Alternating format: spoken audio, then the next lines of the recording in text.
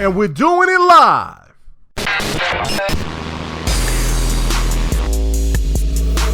Welcome to the GRG podcast, where we talk about the latest in gaming news, hot topics, and more. Let's go! With guests Lady Infamous, Delilah HD, 108 Dragons TV, Triple Cup Chuck, Live Wires Gaming, Blood Knuckles, 100, Kaleidoscope, and your host, K Mega 405. The GRG podcast starts right now. Butter, bro. I got the third screen on. Cool. What's going on, everybody? The GRG podcast is live, and we are doing it live. Welcome, everyone. Changed up a couple of things, because other people say that they see like multiple different, I don't know, promotions or shows or whatever. So I just narrowed it down to one. We're going to see if everybody can get a hold of that. If not, I don't know. We'll see. But regardless of that, man, let's get on to it. We are a little light right now. I'm pretty sure that a couple of guys will be coming in later on. Triple Cup Chuck, he had to go braid some homeboy's hair, he said, out there bent around the corner. So we won't see him tonight. And 100, he said he had to do a fashion show for Massengill. So we will hold him in prayer and hope everything goes right, because if he's not dressed for success with all those women out there, gonna get his ass towed up. Anyway, let's get on to it, man. We are here. We are live. What's going on, Kahuna? Let's get down to it, man. We got a guest just popped in out of nowhere, said, "Hey, man, I kind of want to be on the show." So I'm like, "All right." Oh God! Speaking of the devil, all right. He got finished real quick braiding the homie's hair around the corner out there, and out there, he probably was over there trying to braid Zion's hair or whatever. But we'll get to you later, Chuck. Oh, shit. He said Zion. Zion. Anyway, what's going on with you, Sir X, man? First time to GRG. What's going on with you, brother? Not much. I just thought I'd just come in here and hang out with my homies on a Friday night and talk a little gaming, talk about whatever, and just chill. And I promise me and Lemon going to be nice to each other today. At least I promise. That's about it. That's about it. That's about it. Okay. All right. That's all we can ask for. That's all we can ask for. Anyway, so let's get on to the next bum. Now, since we got the introductions away for the guest, and let's start off with our main little dude out there, Baby Bot, a.k.a. Bloody Knuckles. What's going on with you, bro? Oh, now it's not bloody. Oh, man, that's crazy. It's Bloody Knuckles. You said it's not Bloody Knuckles. That's why I was like, oh, wait, they not bloody anymore? Oh, shit. Oh, no. I said, man, Bloody Knuckles. All right. Well, you know what it is. I got to fight. It's the Baby Bot's thing to do, right? I was like, I got to be loud. I got to do the thing. But you know what it is? I've been doing real good. I was like, we've all been doing real good. Everyone's been on their grind. You know, me doing my thing. I've been streaming a lot, keeping it up. Keeping up with the anime news for all the people out there. A lot of Japanese content coming out. But you know what it is?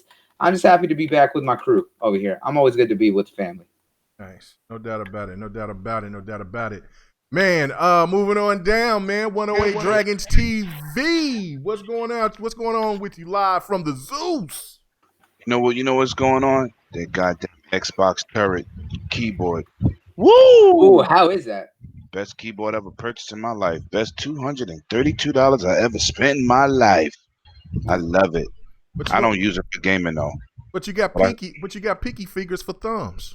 Oh shit! Ooh, you know what? I'm gonna behave. I'm gonna act like I ain't hear that. Oh man, starting early. I know, starting early. It's gonna be messy. It's gonna be messy. It is, because I haven't had a drink in a while. Right now, I'm over here getting that adult beverage popping off. So don't tell me what the hell is gonna happen tonight.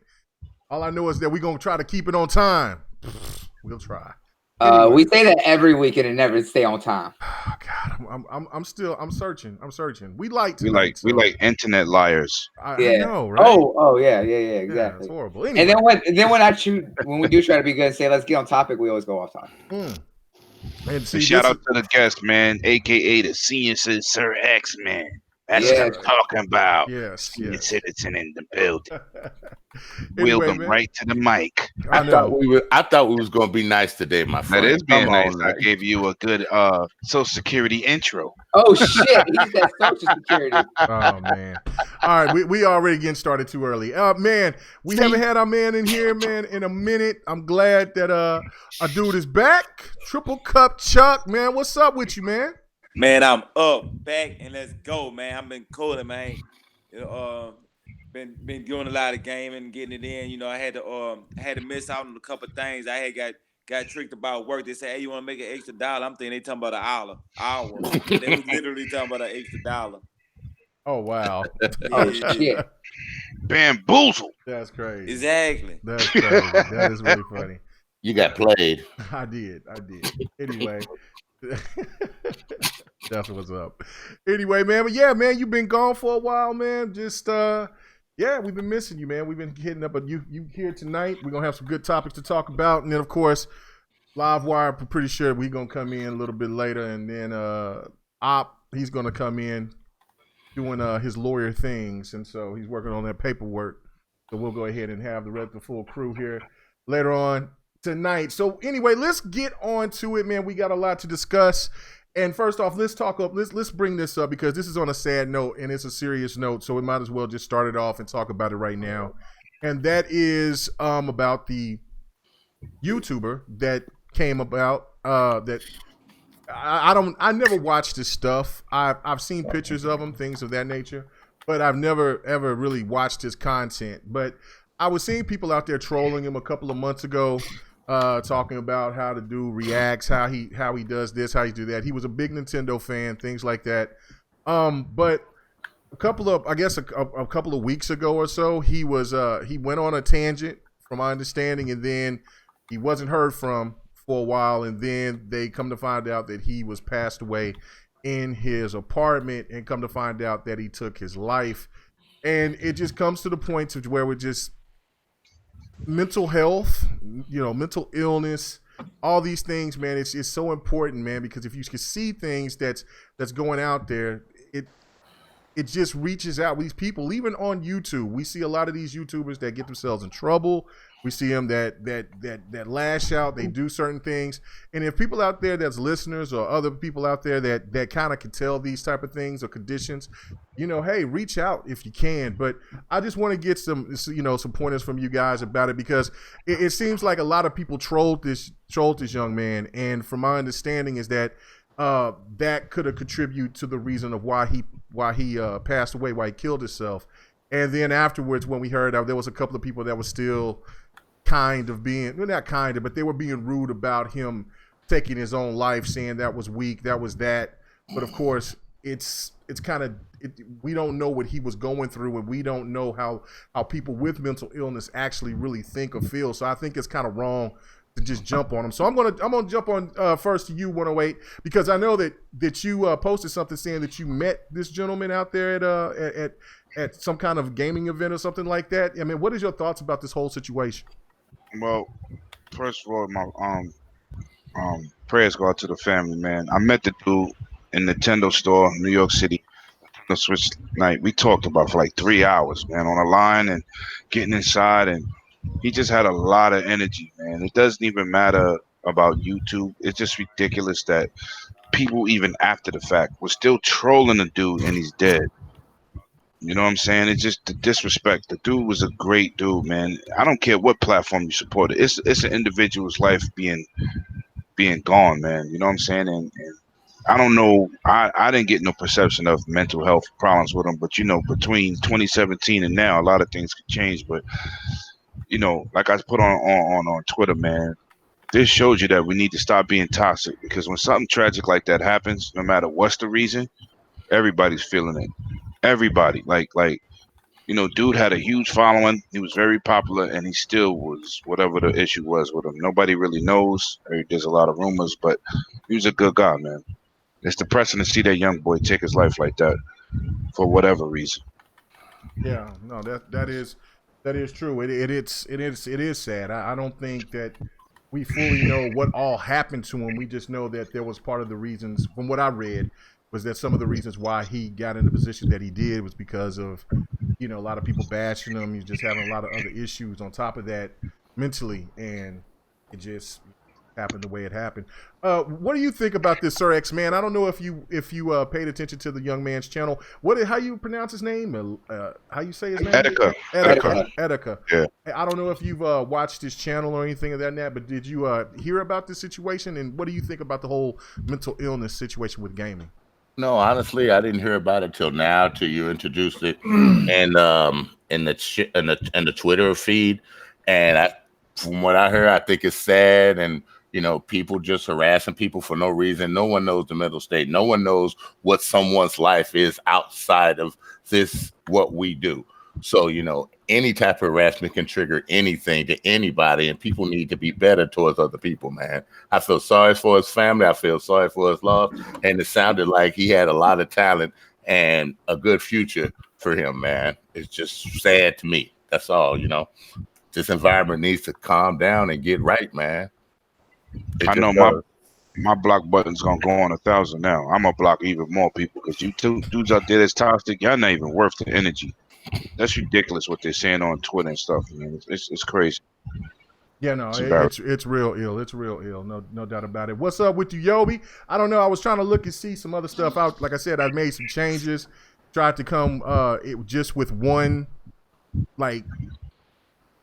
channel to where people could just see it, to where it could all go to, because people saying, man, it shows that you are posting here, but it didn't show that there. So I've still got some little work to do. As long as it all just comes in one spot, then I think everything is cool. But regardless of that, what's up with you, Yobi, Cedric? You know what I'm saying? Slick, or let's just say Sick, man. Who don't? Ricardo, Streets, Xbox 448. You know what I'm saying? Yeah, everybody that's in here, my boy Jazzy New, Black Rose. What's going on with you? I hope y'all enjoy that. Frankie, what's going on? The Blue, yeah, man. Yeah, 1977 War Machine, man. Thank you guys for hanging out with us, man. 1977, yes, that was a good year, but I should say 1975, that was the best year. But anyway, Triple Cup Chuck, hey man, what is your thoughts about this whole situation, man? Have you heard of this YouTuber? Have you watched anything of what he did? Because I know he's a big Nintendo guy. Yeah, I mean, I was recently hearing about the story, and I was like, a lot of people don't realize, like how 108 Dragon was saying, man, it's just like a lot of people just don't realize when people go through things, sometimes it could be something small, they could push somebody over the edge, but at the same time, you know what I'm saying, you can have your hand out and actually could have a person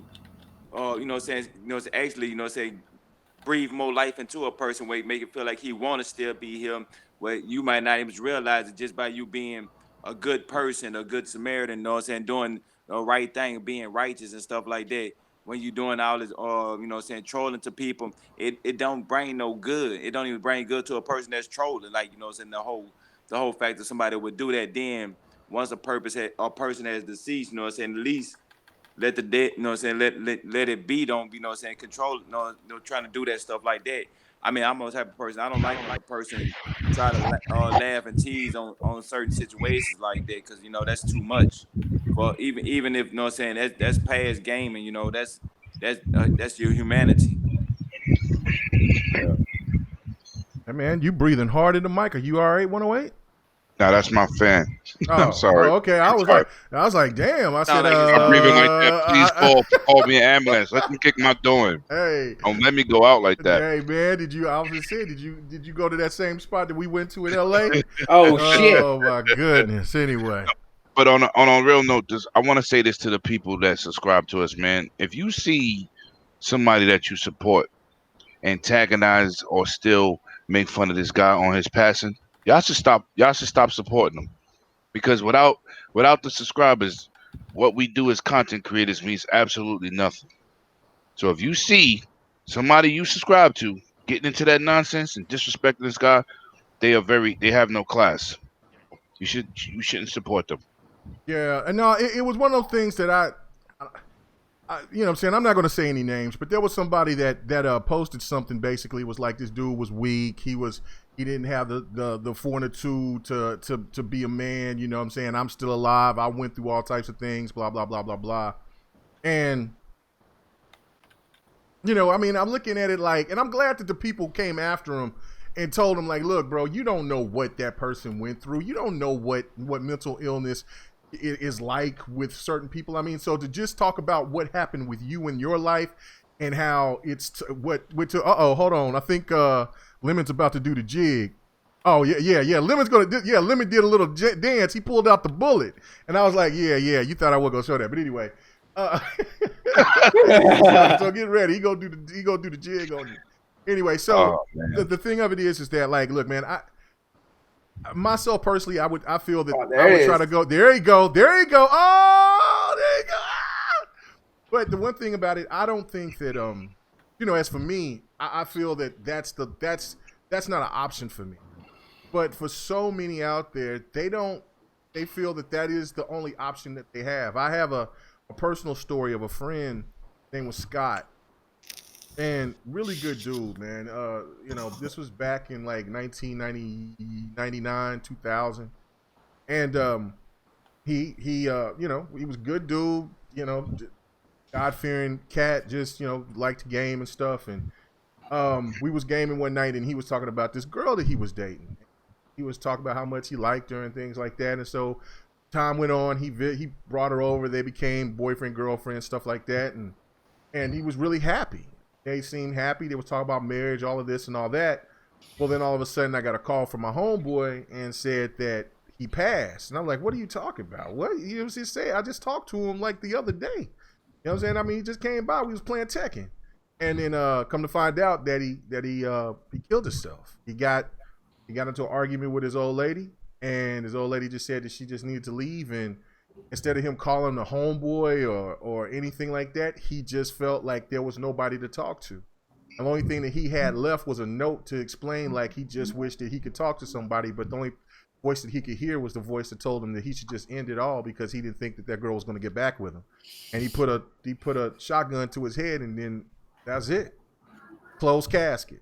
And so it was sad to try to hear the person from, you know, the preacher trying to explain, because if you are religious or anything like that, it's like the number one sin is pretty much self-destruction. You know what I'm saying? That like you can't win, like there's no, like, that's the unforbidden sin. It's killing yourself. And so the preacher was trying to say it nicely in this thing, but it just wasn't like that. And so bottom line is that, look, man, we don't know what some people are thinking. And if you get it, if you can find out that something's going on, try to give them as much help as possible. Don't knock them just because they got a different mindset than you.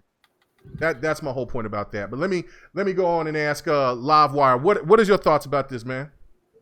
It's an unfortunate situation, man. Unfortunate.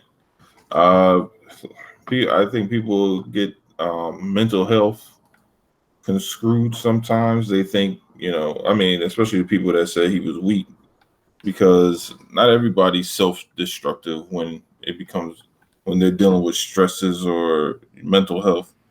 You know, some people kill themselves and some people will kill you. Like, so, like, you know, they're just having a snap out of reality, and there's always signs to it. But I think the thing with him is, I don't know if he was a recluse or not. I mean, I know he's on YouTube, but people could reach out to him. But I mean, if there's not somebody like physically that could talk to him and really see those signs, it's just harder to, you know, like really, you know, reach a person like that. I mean, I think we've all seen or known of people that committed suicide at some point in their life. I mean, I had a guy I went to school with who killed himself in grad school because he got accused of raping somebody. And he shot himself, you know. Not something he did. They found out it wasn't him, but, you know, some people would have said, well, I would have just, you know, I wouldn't have killed myself. I would have just, you know, dealt with it. But not everybody built the same, you know. And I think that's where people get things very, very misconstrued. Like, we We are not all built the same. It doesn't work that way. I don't care if you're talking about somebody who grew up on your block, went through the same stuff as you. You know, you might have had the hardest life. They had the hardest life too. But guess what? You know, at some point, they had a breaking point, and maybe you didn't, or you had more support than they did. You just never know. Because, to be honest, people, we assume we know, but you really don't. You know, you only know what somebody tells you. That's really it. I mean, other than that, you go, oh, well, I was stronger. You don't know that because you don't know what they went through. I mean, you really don't. I don't care how many people report it. There's always secrets, certain things that happen in somebody's life. You don't know. You have no idea what really. I mean, you really don't. You know, causes them. I don't care how many people. So, you know, it's unfortunate, and you know, condolences to his family. But it's just, you know, it's a sign to say, man, keep your eyes open. You know, pay attention to people around you if they're exhibiting signs of mental health issues. You know? And for those who, I just want to say, for those out there who are having problems and don't think they can't talk to nobody, if you're having those moods and you got problems in life, talk to somebody. I don't care if it's your worst enemy. Talk to somebody so they can help you get through it, so they can relate it to somebody else that's been through that situation, that's got themselves through something like that. There's always someone that's probably been where you're at and made themselves do it. Just go out there and talk to somebody before you even think about that. That's all. Hey, in some situations, talk to someone you don't know, because in that point, you don't know them, they don't know you, so what's to lose at that point? Yeah, that's so, true. Like, yeah, just reach out if you can to somebody, because you're never alone with this. Trust me, you're never alone with this stuff. No. Yeah, that's absolutely right. No, I mean, go ahead, Op. You know, did you listen to the? Because I've never seen anything that the dude did. I mean, I've seen his face a couple of times, but I never seen his video or his channel or anything like that. Were you familiar with his channel or anything like that? Loosely, I know he's one of the bigger personalities that supported Nintendo and really kicked off the I guess the online, not I wouldn't have kicked it off, but I guess he was a big part of the online community and brought a lot of attention to Nintendo as well. So he really helped them out there as far as, like, I guess, appeal to the market. Yeah, because from what I've gathered, what I know about him, he's a real funny dude, real cool dude as well. You know, just like one of just content creators for Nintendo and whatnot. Just trying to bring he played things everything. all spin on it. But go ahead, man. He played everything. He just advocate for Nintendo because he like picked Nintendo because everybody was crapping on it at the time, but he played everything. Oh yeah, Yeah. Yeah, I don't know if I want to call him the hype man for Nintendo. I don't know if I want to put that title on him, but he was definitely one of the bigger personalities who supported Nintendo. And that's cool. And that was another thing. Like, I seen people that was saying, "Oh man, that's them Nintendo weirdos," and I'm like, man, bro, like, what? Listen, I understand that we all got to have a perception of try to be hard at all times, but goddamn, it's like what one comedian say. I mean, but bro, are you really trying to be like that to even be like you would want to be banging on breakfast? Like, I mean, this. You know what? These dudes out here frauding, man. They ain't hard in real life.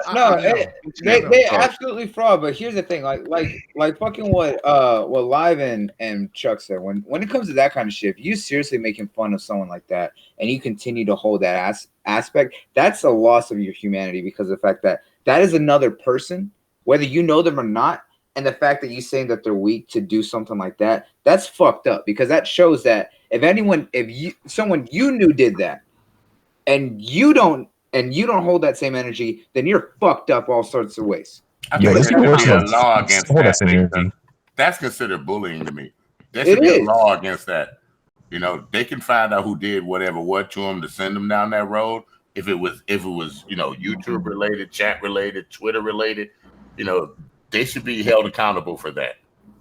And I agree. They're low-key accomplice in it, really, if you think about it. And I'm gonna wait my turn because there's a lot I have to say on this. Okay, all right. I want to say something what Jazzy Noop just posted. He said, my pastor in church told us back in the day that don't find a permanent solution to a temporary problem. Always someone is there to talk to you. God, spirits, ancestors, somebody, which is true. And another thing, before I go to you, Bloody, I just want to make this point too, is that I know that there's a lot of people that are agnostic or just outright atheists. And I have to, and this is, this is part of just my spirituality, and my part of it, that where I look at it. And I'm not trying to give out any church sermons or nothing. I'm just saying, I think what holds me together is my faith. I think when people that have a different outlook of they don't have something, a higher power to look to for guidance, or for that special person, I think a lot of people get lost. And I think that even if you don't believe in a higher power or a higher being, you have to believe in something in order for you to keep going, and to want to have that thought of wanting to keep going with your life, to see that your life is much more worthy than maybe what you think that it is. Because it doesn't matter what you look like, how your lifestyle is. Everybody is worthy for life. Everybody is important. Everybody. It doesn't matter who you are. Everybody is important. And you may not think that there's nobody out there that gives a fuck about you, but there are people out there. But you got to give people a chance, and you have to find that outlet to do that. So that's just my point on it. But Bloody, go ahead and give us your thoughts on it before we move on, man. All right, and this hearing this it hit a lot of points for me, because of the fact that, like, everyone knows someone who has committed suicide, who went through that struggle, and especially in the topic of mental health. And I talk about that a lot because of the fact that I have a lot of family who suffers with that. And you know what? I'm gonna put a little bit of me out there. I suffer from a lot of things. I have my own issues. I do have depression. I do have schizophrenia. I'm not always okay. But you know what? Like everyone says, everyone's built differently. What I go through isn't the same of whatever he went through. The bullying that he went through may not be the same bullying that I've gone through. But hearing that he went through with that hurts, because of the fact that, especially for those who've been on that edge and not had anyone to kind of pull them back, or even for those who did, it's a scary thought, because of the fact that there's so many things going through your mind. You're putting yourself on such a point. For some, they're able to do it real quickly and just get over with. Others are stuck in that moment for so long before they either do it or they don't. And to hear about someone like him, really, it's heartbreaking, because of the fact that, especially knowing that he could have been going through so many different things, he put himself out there on a platform to try and bring positivity. And yet, while there was definitely a lot of people who were in his corner and supported him, now with social media and the internet and everything, people have so taken up the anonymity of what this is, to be able to put out that negativity and toxicity, and people are okay with it, because of the fact that they're like, look, no one knows it was me. No one knows that I said it. I can do whatever I want.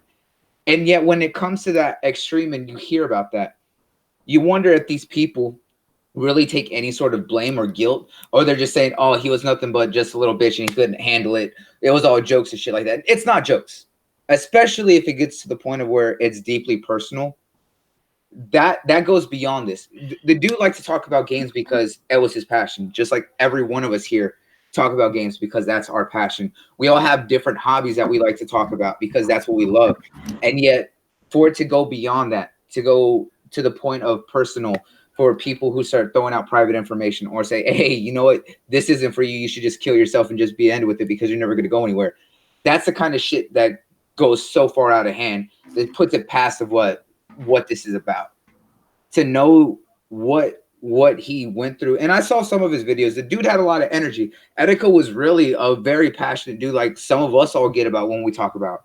And that's so sad to see, especially knowing that he was a young guy, no older than me and we're the youngest here. And to see someone like that, it's so, I don't know how to put it out there, man.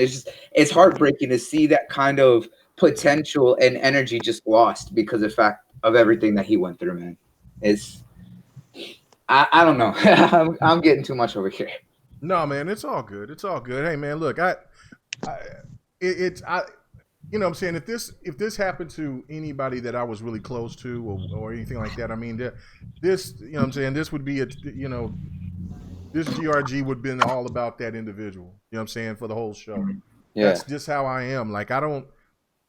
It's one of those things. I you know. So if people are, if it hurts, it hurts. You know what I'm saying? Let that shit out. Nobody cares. Look, if there's anybody out there that wants to try to demonize another person for feeling bad about another human being losing their life, then you're the piece of shit that nobody needs to pay attention to.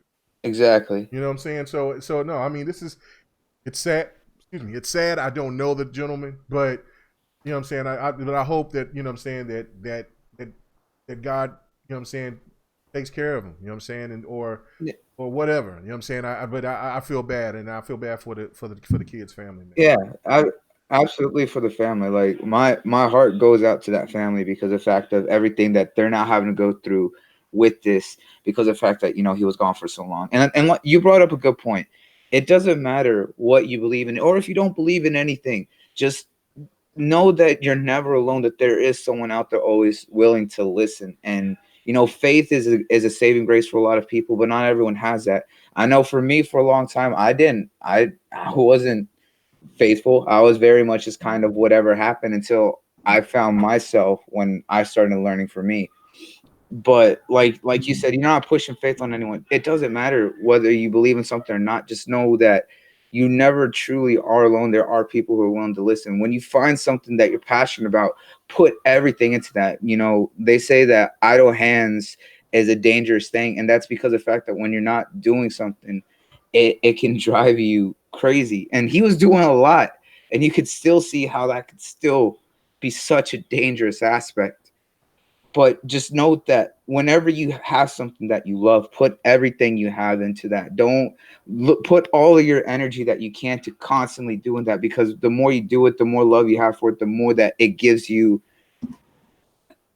a sense of self, because of the fact that you did something that others didn't think that you were capable of doing, or that no one was supporting you and wanting to do it, or anything like that. Whenever you absolutely find something like that, no matter how small it is, put everything that you can into that, because the fact that when you create a new passion like that, it starts to create others and others. And then when you realize how much more energy you've put out there into doing these new things, you realize just what kind of meaning that you have for yourself. Remember, your life is not for others, it's for you. And when you find something that absolutely matters to you, when you find something that truly drives what you do, then you have found your sense of self, and you found what it is to give you the drive to keep doing what you want to do. That is your reason for being. You don't need to let anyone else tell you the reason for your existence. That's up for you to decide. And whenever you truly put yourself into whatever you're wanting to do, that's when you can truly make something so much greater for this world. And the possibilities and impact that you can have stems across any number of things. If you like reading, continue reading. Start writing your own stories to let others read, no matter how bad they are. Put that out there. If you like to do math, just take up anything with engineering. Start putting those numbers that you love to do into making things, and you'll be able to become one of the smartest engineers. Engineers are math nerds, and I know those guys. If you like science, no matter whether it's space and you want to study all about elements and stars and stuff like that, or whether you like rocks, study all the rocks, learn about all the different minerals. Do something. Give yourself your own meaning. No, don't let anyone else define it for you. Absolutely right. Absolutely. Thank you, Knuckles. No doubt. No doubt. I want to say this before we move on to the next topic. For my man Yobi out there, man, he was like, this is real shit. He said, I went through depression, suicidal thoughts, man, and in the past I thought about it a lot. I've had a friend, don't speak anymore, but she saved me from doing that. And you know what? You know what I'm saying? Appreciate it, Yobi. You know what I'm saying? He says, mental awareness, spread the message. It's okay not to be okay.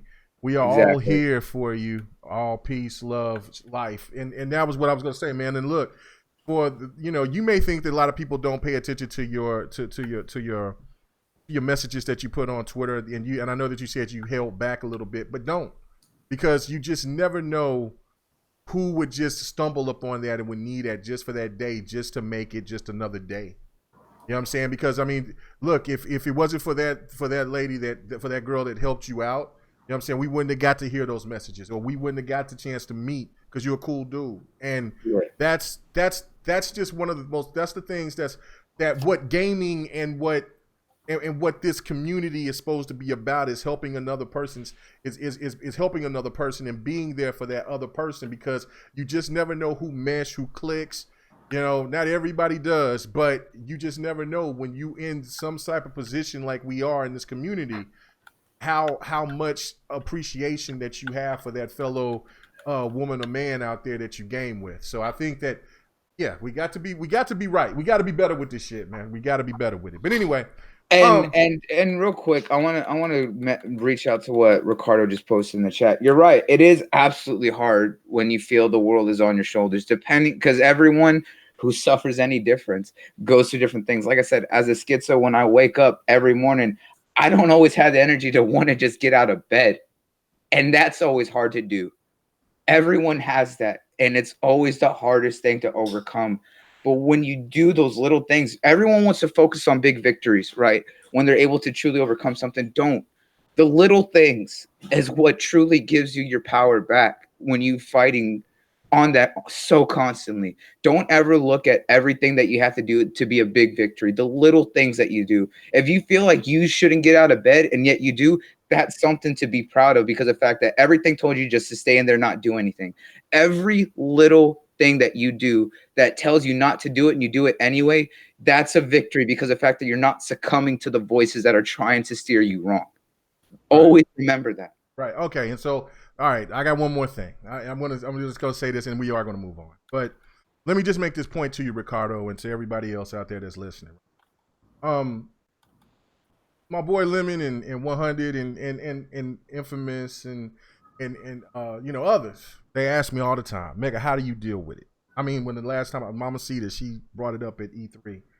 They're like, how do you do it? I mean, you know, it's crazy how people come after you the way that they do. You know, these people, if you read the stuff, and I know that there's videos that be popping out about me and stuff like that. I don't give a fuck about it. But, you know, I mean, you know, K-Mega full 5 pounds and, you know, this and that. And I'm very self-conscious about my weight. I know I'm a fat guy, right? I know it. I don't like being big, but I am. And the thing of it is that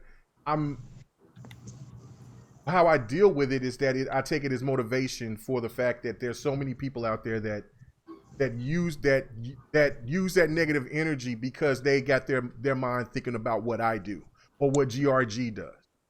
Max. And the thing for me is how I look at it is I take that as pride into that we're doing something right or positive that maybe they can't do or they just won't do, because they have to keep a narrative. And this is for anybody out there that's insulted me or insulted anybody that's been on GRG or that's on GRG now. But I you know what I'm saying? But look, it doesn't feel good when you get talked bad about, and you know what I'm saying? And I don't get to the point to where I feel so depressed that I want to off myself or nothing, but it you know, I'm a human being and it sucks. But the fact of it is that I take something from it, and I'm blessed. I really am. From my humble beginnings of coming up, and from where I was to where I am now, to where I have the opportunity that I could talk to my peers out here, that I can express these feelings online and let people hear. You know what I mean? I bleed my heart out to this.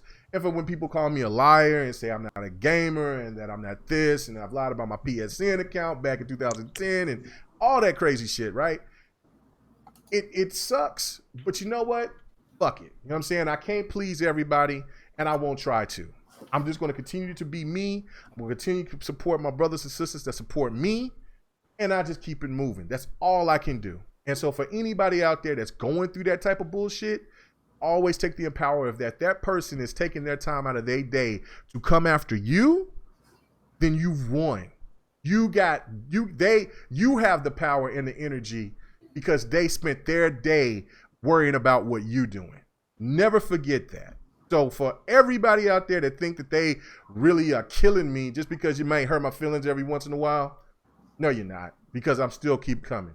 And that's how I feel everybody else should be. You just keep coming and you keep doing you. And when you're genuine to yourself, ain't nobody fuck with you. Real talk. Anyway, all right. So I had to make that point. Let's keep it going. You Yeah, the actually, dig, you know. Huh? yeah, I had to you're throw right. that out there for a second. I had to throw it out there. But anyway, man, let's get on to it. And you know what? I watched a little bit of the gear stuff, so I'm going to go to you, Op, and I want you to explain a little bit more to it. Now, I know that we played it at E3. We did. The escape room. That shit was hard, but it was. What? It was You very thought it was beautiful. hard? That was on baby news media. Man, not Man, that was some baby shit right there. Diaper Yeah, shit. well- Right? That was easy. you're saying If that you were, the escape room? Yeah, yes. we did. Y'all went through the escape room. Yeah, Y'all we went through beat the it first escape try. room. It depends. It depends where you played it because they had it on different places I in the played mixer. it at the In bottom. the mixer Yeah. booth, that Yeah, thing we was on played it. hard. We played on And the and- bottom and on the top. and listen to what I'm telling you. In the mixer booth, it was set on hard. On the That's the stage, thing. They had a in baby the shit. Microsoft Theater, it started on easy. Y'all ain't do shit. But yeah, I'm like, I don't know what you're talking about. I went down where like they showed under the stage where they had Yeah. the couches and shit. That's where Yeah. I was at. Yeah, that's where we played. They had it on easy. You know what? That's probably where the media played at. That's why it's so easy because they probably media down there. Yeah, dudes was talking about that. They There had was it no set to easy. media where I was. They had it And set was- to So easy. beforehand for advance. Now I did have about 40 kills, and the people that was next to me had about 10, but it was still tough because I didn't know what was going on. And You were holding it If you down. played in the mixer booth, you'd have pulled your teeth out. oh well, It regardless. was Sure, I hard should as have hell. been there then. Then I'm a Yeah, it fraud was in the hard. escape mode. Yeah, me man, know it was it. hard. I don't know. I had 40 kills at least. I killed 40 enemies, but we got It was on that Dark Souls setting. Yeah, it was tough. It was tough though. But anyway, so go ahead, Op. Give us an explanation. Give us a little bit more info about what Rod Ferguson and them said about the about the escape mode and what's coming. Okay, so Rod Ferguson, his interview with unfortunately was Xbox Unlocked and RGN. He was talking more about like the I guess like the background information, I guess like the philosophy of thought going into Gears 5 and all that stuff surrounding it, marketing, changed name from Gears of War to Gears 5, all that stuff. Even changed like their naming system for difficulty, because like I think it was probably like one of their lead producers wanted to change the naming of the difficulty from casual and all that's like it's beginner. There's like a little psychological reason behind that. But as far as escape mode, say again. There's no more insane mode. No, No, it's it's still there, but instead of me saying casual for the lowest is now beginner, Okay. the intermediate, the expert, no, beginner, whoever it is. But yeah, the change casual to It's something else. casual. It's casual, normal, hardcore, and then insane. So they changed it to beginner, intermediate, hard, and then insane. Yeah. Oh, in other words, crap gamer mode. Okay. Oh shit! Oh, see, no, don't do that. Don't do that. Why not? Don't touch that one. We don't do that. We don't do that. We don't do that. X-Men All with right. X, we don't do that. We don't do that. Stop that. Let the white on white crimes happen. We keep it over here. Oh, shoot. No, don't do that. Don't do that. Anyway, go ahead. Don't get Oh, salty. man. Oh shit! No. Wow. Okay, Yeah, go ahead, I don't- Op, please. I ain't none of that. Gonna keep moving. Keep it moving. Keep it So yeah, moving. escape mode, they're really doing a lot. They're bringing a lot to this mode as well. It's not some tacked down mode pretty much, because Rod did say like Gears 5 is low key, it's high key 5 games in one. There's campaign, there's versus, there's now escape, horde, and snap as well. That's 5 games right there as well. So this is really a full package for this Snap. game. Oh, yeah, they added a map builder. Yes, that's snap. Oh, Or it's not, I don't think it's called snap. It's called something else. I think I think I'm it's not called sure. director. I think it was called director. Snap director. I think that's what. it's one of those. But yeah, this is a full package game coming in. But as far as as far as news for escape mode, the first thing they confirm is leaderboards now. So they actually have leaderboards for the escape mode. And on top of that, depending on where you rank at, you get exclusive cosmetic gear from it. So if you're one of like the top ranks, I guess at the end of the week or however you do the intervals, you get exclusive gear only for you if you make that rank as well. That might be weekly basis, I'm not sure. But also, a new thing they're doing is they're going to add new maps weekly to escape mode as well, either weekly or bi-weekly, however they choose to do it as well. And on top of that, they're changing how characters function in this game. Because basically in Gears 4, each character is like a blank slate. You can change their cosmetics and whatnot like that. There's nothing special about them aside from, I guess, like their voice cues. But now each character is basically a hero character. So each one have different special abilities, either passive or like a one you can activate as well. They didn't confirm each one will have a unique ability, but I'm just going to assume they are, but I'm not sure as well. And on top of it, they're going to add new characters. I'm not sure how often they're going to add one, maybe once a month, once a couple of months, I'm not sure. but we will get a steady flow of new content coming into this game as well. Are these maps going to be uploadable like in Halo? Where From the other snap map, people can yes. play 'em? Yes. Okay. Yes, Kind they of like will. how they were in Doom as well. Yes. Absolutely. Yeah, I think that it's going to be like they're going to have their own like Forge. Yeah, pretty much Yeah. for snap for escape mode. Yeah. I'm not sure it's going to go over to Horde, but right now we know it's for escape. Horde. They're going to show Horde next, and they're really excited about. Oh no, Horde. Horde's like the second to last. So they showed escape for a month of June. Next is the Versus, which is in July. Horde's in August. Then the early campaigns in September, for I guess the early release of it. If you have Game Pass Ultimate, or you buy the Ultimate Edition of it. Right. Now, if you think about this, PC, you'll be able to edit these maps so much easier and so much more detailed than you will be with a controller. So, being on both platforms, you might see some incredible maps. Now it's you gonna got be crazy, that Razor man. turret. Oh shit! Hey, Another Razor, thing I'll I buy touched on in the that stream review was I later like next that week. I'm going to have a new Elite controller, so I'm good. Oh yeah, that's true. Absolutely. The Hey, Senior Citizen Edition. Oh, shit! Well, anybody else wanted to touch on this? Because I watched a little bit of it. I didn't have enough time to watch the whole thing, but they confirmed a couple of new things as well. Right. One of the biggest things that people are actually really mad about is the inverse omen. How they changed it now. Mhm. Like I understand people like the old one. Like it's something. It's synonymous with Gears right now. People know it for that omen for the damage reticle. I mean, But at the same time, it's really inconvenient if you really think about it. Like it's cool how it pop up there and get damaged. It's a nice way to let people know. But at the same time, it's literally right there on your reticle. You can't see where you're shooting at. So, point. So how this new one functions is instead of it being like a full cog with a skull in it, it's actually like it's basically what it's called. It's an inverse. It's just the silhouette of a cog, and the damage reticle thing outside as well. It's actually pretty intuitive as well because, like, of course, there's a regular damage one, like fills up with red. I think someone photoshopped that image was floating around on Twitter because it doesn't fill the entire screen with red. It's like the outer rim of it. Yeah. And then you drop down. But on top of that as well, there's like, of course, there's different weapons in the game right now. There's a cryo cannon. And if you get frozen with it, there's like a little chill. I saw that. There's a chill. What do you call it? It's kind of like a Damn, what's the proper word frozen for it? animation. Yeah, there's like an animation that pops over the inverse omen. That's like the more you get frozen, the thicker it'll become. It'll go over your screen. So it's really trying to relay to you like what's the damage you're taking as well. It's not a basic damage reticle you're used to in most games as well. So actually, there's a lot of visual and technical features to add to the inverse omen. It's actually really improvement from the old one as well. So I get why people don't like it, but at the same time, it's literally an improvement from the old one. Bloody So, I got a question. Are they bringing tags back? Because I don't think there were any tags in the cog tags. The cog tags, yeah, they're still in there. Oh yeah, they've been there. They're in Gears 4 too as well. Yeah. Wow, I didn't see that many when I ran through, and I ran through it 3 times. Oh, let's say what the collectibles in Gears 4 is like there were cog tags around, but there were also other items. Yeah, they varied them, and they're doing the same thing with 5 as well. Is that as you go through the story mode, you'll see like posters that have context as collectibles. Right, that's all that. Yeah, and then other parts there'll be cog tags that you find around. So yeah, they're still having all that as well. Because I like getting the cog tags. That's always fun. The reason they're not as prevalent anymore is if you think about it, especially in 4 and 5, is that the war's over, so there's not as many cog soldiers now. That's why the DBs are such a big thing now. Okay. Yeah.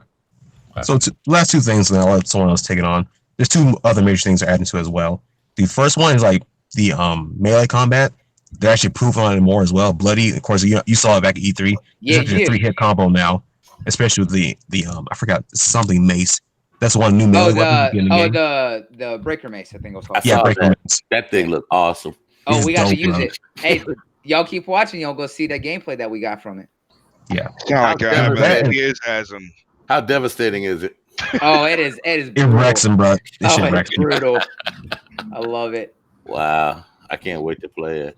Who's gonna be that? Gears is going to be serious, man. That's the one thing. I mean, and graphically, I'm not even going to say nothing. But graphically, guys, since you've guys seen it, what do you think that it like comparable to some of the titles that everybody likes to bring up? How do you think graphically Gears hold up to them? Oh, it's gonna be the best of 2019, hands down. I'm saying it now, Hands down. it looks amazing. I don't know why Microsoft didn't show that kind of play at the conference, but from what I'm saying, what you're showing, K-Mega, that stuff look lit, dude. You know what's funny though? Rob Ferguson, he touched upon that in his interview with inside Xbox Unlocked. Like he was saying that people were mad at them because they didn't show all this like content in the 6 minutes they had on the stage. But he was saying like, I get it, but at the same time, that's not only showing Gears. There's the show, there's what they're showing on the stage, there's anything else coming afterwards inside Xbox, the interviews, stuff like this as well. Like there's the E3 stage, yes, is the biggest, but that is not the only source of revenue. Not revenue, only source of information about these games as well. That's just showing it off. Then we get all the other information, all the background information throughout E3. That's the point. That's why it's not one day. That's why it's not one show. They bleed it out throughout the entire week. All this information dump for these games. Preach, lawyer, preach. Exactly. And I'm gonna spin off right there what you say. Like you said, it's not. They have 6 minutes. What that 6 minutes is to show you, hey, this is what we got, and this is to get the information, just to give you a basis, and this to build your hype. The rest of the week is all other shows. They were showing it off there on Inside Xbox. They had a Mixer interview directly from the Mixer Dome showing off about it. They had a post this week at Xbox interview with Gears with Rod Ferguson, and now they have it with IGN on Unlocked. They've literally done 4 additional shows to give more information, yet no one is running with it because no one paid attention that they do more than just the 6 minutes on stage. If you really want this information, it is literally right outside your front door. If you just fucking open the door, you idiots. Well, Yeah, I mean, Bloody, you aren't gonna watch that. No, yeah, Bloody, you gotta understand the dudes that complain about. Oh yeah, not talking about games. Yeah, they're not talking aren't about real gamers, dog. Like when I was a kid and up until now, I always looked at E3 as like the conference is one thing, and then the meat of it is the interviews afterwards. That's where you really get to know the exactly. The conference was always, I mean, because people were talking about the conference like you should have showed gameplay, and don't get me wrong, that would be cool, but if Microsoft was like, guess what, we're going to show gameplay and we're out, bro, I'd be bugging like, yo, what the hell? Nah, man, you got to do interviews and shit. You can't just be like, oh, and I'm going to just show gameplay and I'm leaving. Kind of shit, because you only get a taste of what they're talking about. Exactly. Really live. Yeah. Check it out. Remember back in the day, they would show you some gameplay, and then they would say, if you want to see more, we'll be doing other interviews on other interviews on like IGN and stuff like that, and there'll be stuff in the showroom floor that they would show. They would always show a touch of gameplay, and then lead off to the rest of the show for the rest of the week. Hey, did Microsoft have technically? Like hold on. Technically, Technically, how could you show 30 games and then have gameplay? You know what I'm saying? They was already pushing for time. You see in the image, they had time to actually talk. They had to go game. Normally, you get some filler. We ain't really had that much filler because they had to try to push out as much game, and they still couldn't show all the games at E3. Like, I mean, on stage, they had to break them down through the conference, like Live was saying. A lot of people be complaining. It's like you can't win. You go too far left, they get mad. You go too far right, saying, "Oh, you showed too much detail about this game. You ain't had time to go show all this other type of stuff." But then if you don't show details, they gonna look at you like, "Oh, well, how this game is." But with Gears of War, I'm really more curious like how the movement is, because Gears 4, I like the movement, but for me, I'm not a hardcore Gears player, so it kind of feels, Gears I always feel a little bit clunky. I wonder if they kind of like smoothed it out. No, it's very smooth. It's really smooth. Well, actually, movement will be different. Movement will be different for certain characters as well. Well, technically, they showed Gears gameplay last year. Yeah, they showed a cutscene this year. They showed, the story-driven cutscene, which okay, I'm good with that. But everybody's missing the point that it was everywhere at E3 for people to play. Yep. To play, not to watch. Not no interviews. So if you was there, you got hands on, and then you got the outside interviews of what everybody talked about the game. They didn't come up short with anything with Gears. Gears got more than enough highlight. Only thing didn't get highlight like that was goddamn Halo. Anything else got plenty of burn. Gears was everywhere. Shirts was everywhere. Stickers was everywhere. It had the biggest presence in Xbox booth. Right. Yeah, they did. So it's getting. People are just acting retarded. That's what it is. And Jazzy made a great point. He said, Kojima got away with making people go read to try to find out what the fuck was going on with Death Stranding. With Death Stranding. And nobody got mad about it. And nobody got mad about it. I got an idea. So, he's right. Yeah, but Gears is not clunky. I know exactly, because there were some people that were saying, and I never really, it never bothered me too much, but I always thought like, man, that really crazy humped over run motion is it kind of it's kind of just threw me The off roadie a little run. bit. But Run. They changed it in 5. They changed it a little bit. They still have it still got the They're not hunched going away over from their run. roots. But it is a lot smoother, and I love because what they did is when they added that melee element, you got to be pretty quick to throw, to pull out that knife and start cutting. So that's what what I'm saying. So it's a lot The smoother. white meat. Yeah, This so is you my got to put the problem white with- meat. It's really good. Yep. man. This It's is my real problem with smooth. Gears 4 though. Like I love Gears, but in Gears 4, when you run and you're trying to catch a wall to corner to shoot and peep around the side, sometimes it doesn't grab. Oh It yeah, doesn't the wall grab bounce. all the time, right? The wall bounce when you want to go low and stuff like that. In Gears 1, 2, and 3, it worked really, really good. But in 4, it didn't grab the wall like it used to, and you had to go back. And by the time you're taking shots to bend down, you pretty much getting took out. I hope they fix that. Well, I didn't have no problems of bouncing on the walls, but Me either. again, Some old fingers. yeah, it could be Well, the it's old not ass bouncing fingers. on. Right. Them old fingers they greasy. It's bouncing.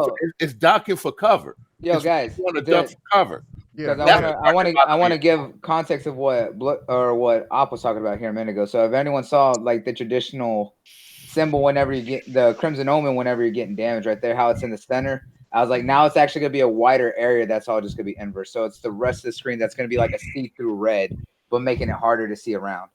That's what he was talking about, not just a little red spot in the center, even if it is traditional Gears. It's going to actually do kind of what they did with Call of Duty. Whenever you get damaged, your whole screen goes red, and it's hard to see. That's kind of what they're trying to do now. Yeah, just imagine like a hollow gear cog tag that's on the center of your screen, and like the damage circle is like surrounding it as you get more damage. Yeah. Right, they're trying to get you like more immersed into like what's actually going on. So when you take damage, you actually feel like you're taking damage. Exactly. Yeah, it's that you can still see what's going on at the same time. Yeah. Right. Battlefield does that. Yeah. Yeah. But like I guess the last thing I will say, they're actually changing how character models work in this game as well. Because I didn't notice it until they said in an interview. Mac and the Gears Escape, he's actually one of the tallest characters they have in the game right now. And the female they had in the game, she's one of the shorter ones too as well. So actually now everybody's not like a same character model for the males and females. Everybody's not some fucking linebacker for the males. I know everybody look like that. Everybody's not a real petite lady for the females as well. There has to be some variety to them as well. Actually add more detail to the characters implement into the game as well.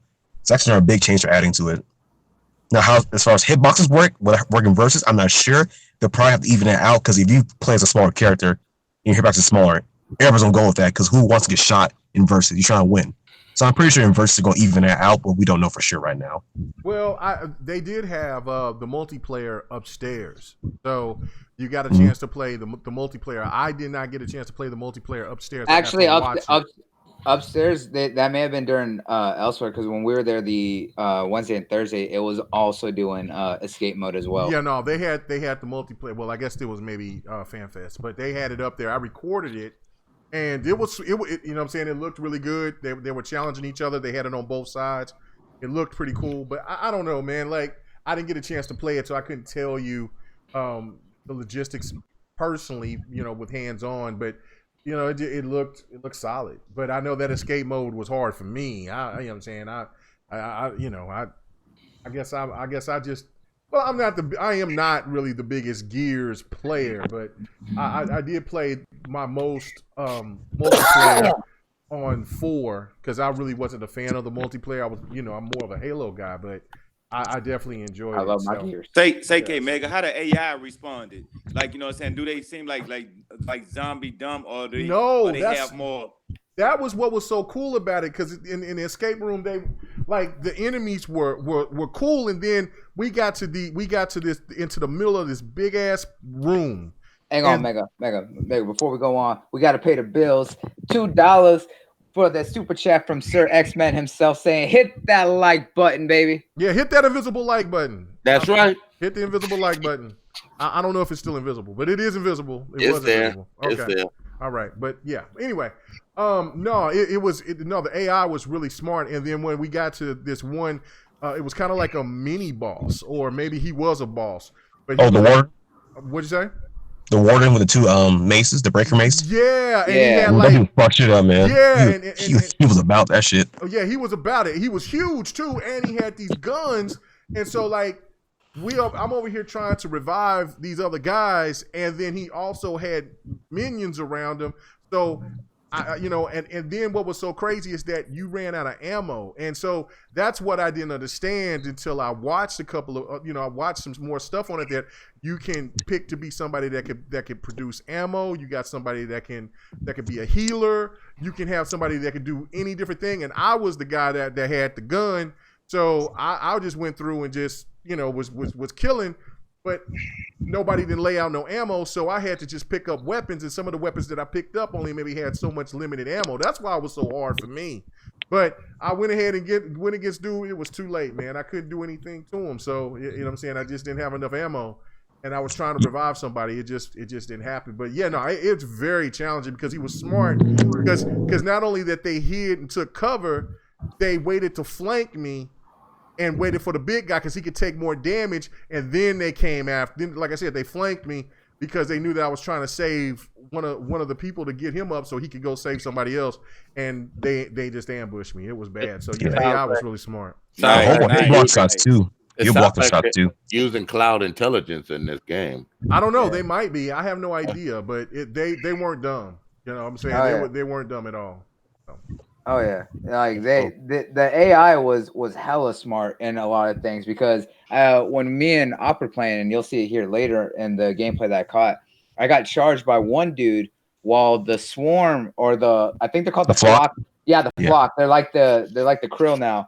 They pushed me out of cover and had the sniper like take a shot at me while they were rushing on me, and I was swinging around with the mace, and I was like, God damn! So I had to like take him out real quickly and back up to get on that sniper who was trying to take pot shots. Like the AI is like much more improved. I've been seeing that a lot lately with some of the newer games, especially a lot of the Microsoft first party games. But I think in general, AI has been improved a lot when it comes to enemies. So pretty much what you guys are saying is this is one of the gears where you definitely have to work together. You cannot work in that mode. Team synergy is key in Escape. If y'all not working together, y'all dead. Right. Oh, that's what happened to me. Yeah, like because nobody. If you don't work together in the old ones in horde mode, you dead. Yep. Oh yeah, of course. There's no Gears. Y'all keep talking about like Gears has an AI problem. Gears ain't never had no damn AI problem. Enemies is always flanked, come around, throw bombs, help each other, wait for the enemy. But it was always predictable though, sir. Man, you know that was always unpredictable though. 108 Dragon, man, it was predictable. I don't know. But it's never been an issue. It's still more tactical in this game. It's always been tough. I don't care what level. This was more tactical, but it was still predictable. I mean, it should be. It's a new mode because you got to drop ammunition and all that. But let's not get crazy. Hey, Kids never had a problem. Oh no, I was like, it was always hard, especially it's always tough. When you're on Insane, and then when they added Inconceivable, all that shit, it's always been top notch. It's always been over the top. That's exactly what you want out of it. Yeah, I'm a Gears player, and I'm telling you, Gears really is tough. You play hard mode right now before you're gonna get smoked. Your teammates don't help you. Right. That's just what it is. Well, let's go ahead and move on, man, because we still got a couple of more of these little ones to talk about it. Before all I was gonna say last was that the new squad that they got for the Hive Busters for escape mode, Squad Scorpio, they fucking dope. Okay. And that name. Yeah, that is a dope. All right, Op, I'm going back to you again because I don't think anybody on this panel except for you played Void Bastards. I did. I thought about it. Okay, so go ahead and shoot that out right fast because I personally, at the moment, don't care because I haven't even gave it a shot. I haven't even downloaded it. Not to say nothing bad about it. You don't play new games? K-Mega don't play no games? No. I'm on my backlog. You know what I'm saying? It's Shadows of War bus. I'm about to get that. I want to risk it all and go ahead and get that Samurai Showdown, but I need to really wait until next week. But I really want to get it tonight. But anyway, so go ahead, Op. Talk to me about. I want to. You know, I am about my fighters. I got to get it. But talk to us about what was going on with Void Bastards. We saw the gameplay. It looked really crispy, but you know what I'm saying. Right now, it's just not on my radar right now. No, you're good. So Void Bastards essentially is a survival strategy game. I think developers describe it as a strategy game. I can't remember specifically. But basically, it's like in this game, you're basically an inmate. I'm trying to remember the story because it just is blinking right now. So basically, you're on I will say, a damaged ship. You're trying to fix it up to get back to headquarters, so you can lessen your I guess your sentence. So basically, in the meantime, you're trying to fix up your ship, collect parts, collect resources as well to survive, to build these different components so you can actually make it back. But so basically, how the game plays is you start off in the ship, give your weapons and whatnot, and basically just tell you go for it, have fun, like try survive this crazy world, crazy void you're trying to stay in. So basically, throughout the journey, you're collecting resources, collecting ammo. You actually upgrade your gear as well, ammo and stuff as well, just to get to the next point. And the crazy thing about it is like the aesthetic is like a really comic book aesthetic. You can see in the beginning as well. It's 2D, like sprites as well. It reminded me of the original Doom. Like you run up on something, like as soon as you get close, it'll flip around. It's like a 2D picture, just flip around close to you, stuff like that. And like it's like this game, like for me, I saw no issues with it as well. Like the visual art style was unique, it was dope. The music from the combat, just like the calm ambience just sitting in your ship, trying to go from next point to next point. It's just like so soothing and so calm. Like it's a great game to me as well. And like so after I beat it, I was showing developers my love, saying some love about the game. So yeah, I beat it. It's 10 out of 10 for me. Fucking loved it. And they actually replied back saying, so guess what? You're going to have to wait much longer. So they pretty much teased they have content coming out in the near future. It could be next month, it could be this month. It's more like going to be a couple months from now as well. But something's coming. I have no idea what it is. Maybe more depth to the game as well, because like another feature of the game as well. It's kind of like you're exploring a map pretty much, jumping from ship to ship, and there's different tiers to it as well. So like there's a first level, which is like the easiest one.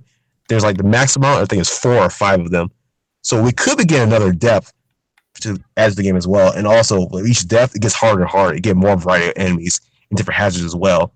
Because like some ships, like you have oil spills, you run across oil spill, it's like your moving gets real slippery and you can't control yourself as well. Sometimes there's fire, sometimes there's electrical cords hanging out.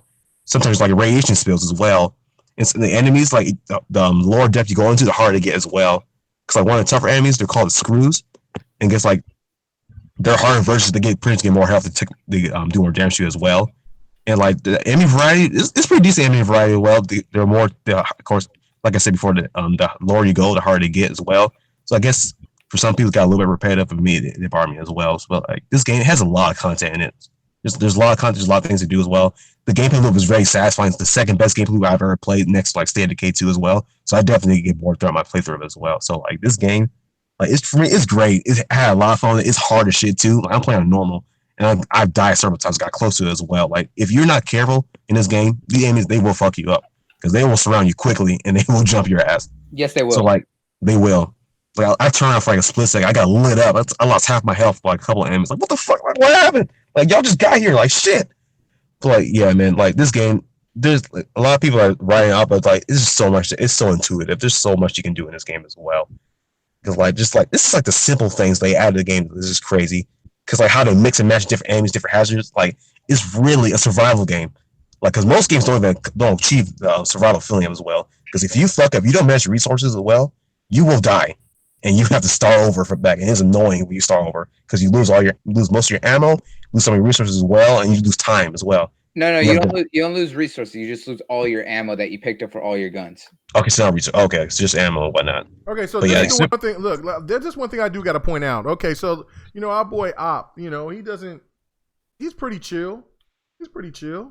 But he don't really go in like he has gone in on this game. Like I don't. I don't think I've ever heard you talk this much on GRG about a particular game. So I mean, you have to really like it. So that's it's fun, bro. I understand people won't get it, but it's just try fun just because of much of you like it. Just because I know we seen it at E3. I think it was last year. It looked cool. I was like, hey, I'll give it a shot, but. Again, the backlog is real, and I got into that Shadow of War, and I can't stop. I mean, well, the only thing that had me stop because I ain't played games in a couple of days is because of their new puppy. But it was like taking care of a new baby, Jesus. But other than that, I've got to get back on it. I'm gonna be playing it tonight. So breast milk. Anyway, I'm feeding Big Boy goat milk because I want him to be good and yoked. Oh, hey! Settle something. You called your boy Briggs, and what Briggs gave you that name, right? Oh, I mean, of course. I mean, I had to come right with it. I mean, it's Marlo Briggs, but Exactly. you know, it says Marlo Briggs, or it could be, you know, if people say they want to be Jack Briggs, that's fine with me. It doesn't matter, but he's a Briggs. That's his name. I said Briggs. lost. I got ignored. I said that the only Briggs that mattered was that Marlo Briggs. The only Briggs that matter though is that Marlo Briggs. I mean, all day tried to throw it as being funny, but I knew it. I only had like 4 names already in my thought process, but then I wanted to think about Prometheus. No. But I wanted to see what YouTube and Facebook. I mean, I say YouTube, but what Facebook and what Twitter thought, and there was a lot of fantastic names. I was like, oh man, these names are dope. Come on, K Mega. You could have said, "Come here, Locke. Come here." Oh, good. Oh no, I wasn't calling him Locke. Come I did on, want Locke. Locke was in there, but I was like, oh no, I'm not gonna call him Locke. I'm not gonna call him Locke. I mean, because it's also because I had to also have something that was that my old lady was going to be cool with as well. Because I mean, this is our baby, so we got to our big baby. Compromise. We had to compromise. I pull out the world's smallest violin. I'm about to start crying. Anyway, all right. So, okay. So before I go to Knuckles, and before we move on to the good juicy stuff, what anybody else they played Void Bastards or are they interested in it? Nope. We know everything. Op told us all. Let's go. Okay. Well. Okay, bloody. All right. Keep it to a minimum. Because we got to keep it moving. All right. So what was you gonna say about it? No. When Op told me this and tagged me in the post, we were both excited because of the fact that, like I said, I love the game. He loves the game. I was actually hyped on it when I saw it last year. I've actually been streaming that drunk, and that's crazy. And they are very active on Twitter, and I always tag them, and they always respond back. But hearing that there's more content coming, knowing already the diversity that went into it, I'm excited for what they're doing and what they got coming. It's definitely well worth a try, especially if you have Game Pass. Literally, no cost to you guys if you got Game Pass. Definitely well worth checking out because it's very much old school BioShock or System Shock kind of feel with a very nice flat 2D Doom style art way back in the day. So it's well worth it. Like, I personally want to buy it just to support them. Cool. All right. All right. As you can see right here, we're going to get into the topic right here. I think this is going to be a topic that's going to last a while. Not this one, because this is going to be a quick, I'm just going to ask everybody a question, then we're going to move on to the topic. As you see, that Xcloud in motion. Oh, God. Woo! Let's go. What's up, Neverland? Haven't seen you here in a while. Where's that cord? Where's that cord that they were saying that it was all hooked up to? I don't know. That was Lemetheus playing on that one. Did you see any cord? Yeah. What cord was that? The USB. That's invisible to the haters. Oh, shit. Get him with that shots. Get him with the shots. Oh, my goodness. Anyway, okay, Obsidian. They are we already know that they're coming with Outer Worlds, and I think because there's another one. Oh, it's Outer Wilds, and then it's Outer Worlds. Outer Wilds is already out. Yeah, Worlds. The Outer Wilds look weird. Something that I'm not really interested in. But it's another survival game. Oh, okay. No. X Outer Worlds is coming in, and it's part. And Xbox has acquired Obsidian. And we all know that game is coming in as pretty much a multi-plat. But it was also stated that from Obsidian that they are working on their next title. As a matter of fact, they're already knee-deep into their next title. And so the question that I'm going to have for the panel, and I'm just going to go to everybody and to get their thoughts of what game that could potentially be, I'm going to go straight to our guest. Sir X-Man, what do you think the other game that Obsidian is working on? What do you think? What is it? Well, we supposedly know somebody else is working on Fable. So I got a feeling they might make some type of adventure that's multiplayer, dude. I mean, I can't tell you because there's been no leaks, no nothing on what they're doing. So I cannot take an educated guess on it. I'm just being real. I can't. They're not letting anything out the bag, man. Okay. All right. I'm going to go to you, 108 Dragons. What do you think that Obsidian is? What else are they working on? Because this one is going to be the actual exclusive to Xbox. So unless, you're one of those guys that think the games to go to PC is not exclusive. But there's going to be Xbox PC. What game do you think it could be? I want to say a shout out to my Cyberpunk 2077 shirt. Anyway, Oh, it's gonna be shit. it's gonna be a triple A banger. I don't know what they working on. I ain't gonna start making rumors of Fable or nothing else. I'm just excited to see their next game because that Outer Worlds game looks amazing. It does. Yes. Even though it's a multiplat, I will be on that X. Mm. Oh yes. He plays best on X. Let's go to you, Livewire. What do you think that Obsidian could be working on next? I don't know. I mean, fuck, I don't know, man. I don't think it's going to be a old IP. I think they only going to be doing new shit. All right. I mean, maybe with the whole rumor of what's that game? Some Alpha Protocol, maybe, but I doubt it. I think it's something new. Okay. All right. Cool. It's story. I know that. Okay. All right. Are you thinking it's going to be promising? Yeah, there's people like this shit. Okay. All right. Cool. What about you, Triple Cup Chuck? What do you think that Obsidian is going to bring to the table? I know. I think it's so hard for people to answer this question because you got to look at with Microsoft is like what genres is they missing. I mean, they capitalizing on everything. I mean, it's not a big secret now. So this is the biggest secret since Superman was returning on the Justice League movie that so they're gonna have a Fable. So they're gonna have a RPG. You know what I'm saying? You got your third person shooter, first person shooter, sci-fi games. You got your State of Decay for your zombie survival games. You got your Sea of Thieves like for your open world adventure type games. Just being immersed into an environment. Like they got the single player games that's coming. So it's kind of like real hard to say what type of game or even what type of genre of game that they're gonna come. I mean, people may spectate like with another Perfect Dark that could come out. So Joanna, she is the only person that I'm trying to find out who would they actually put behind them. I mean, because Rare not gonna do Perfect Dark. They're gonna have another studio to do Perfect Dark this time around.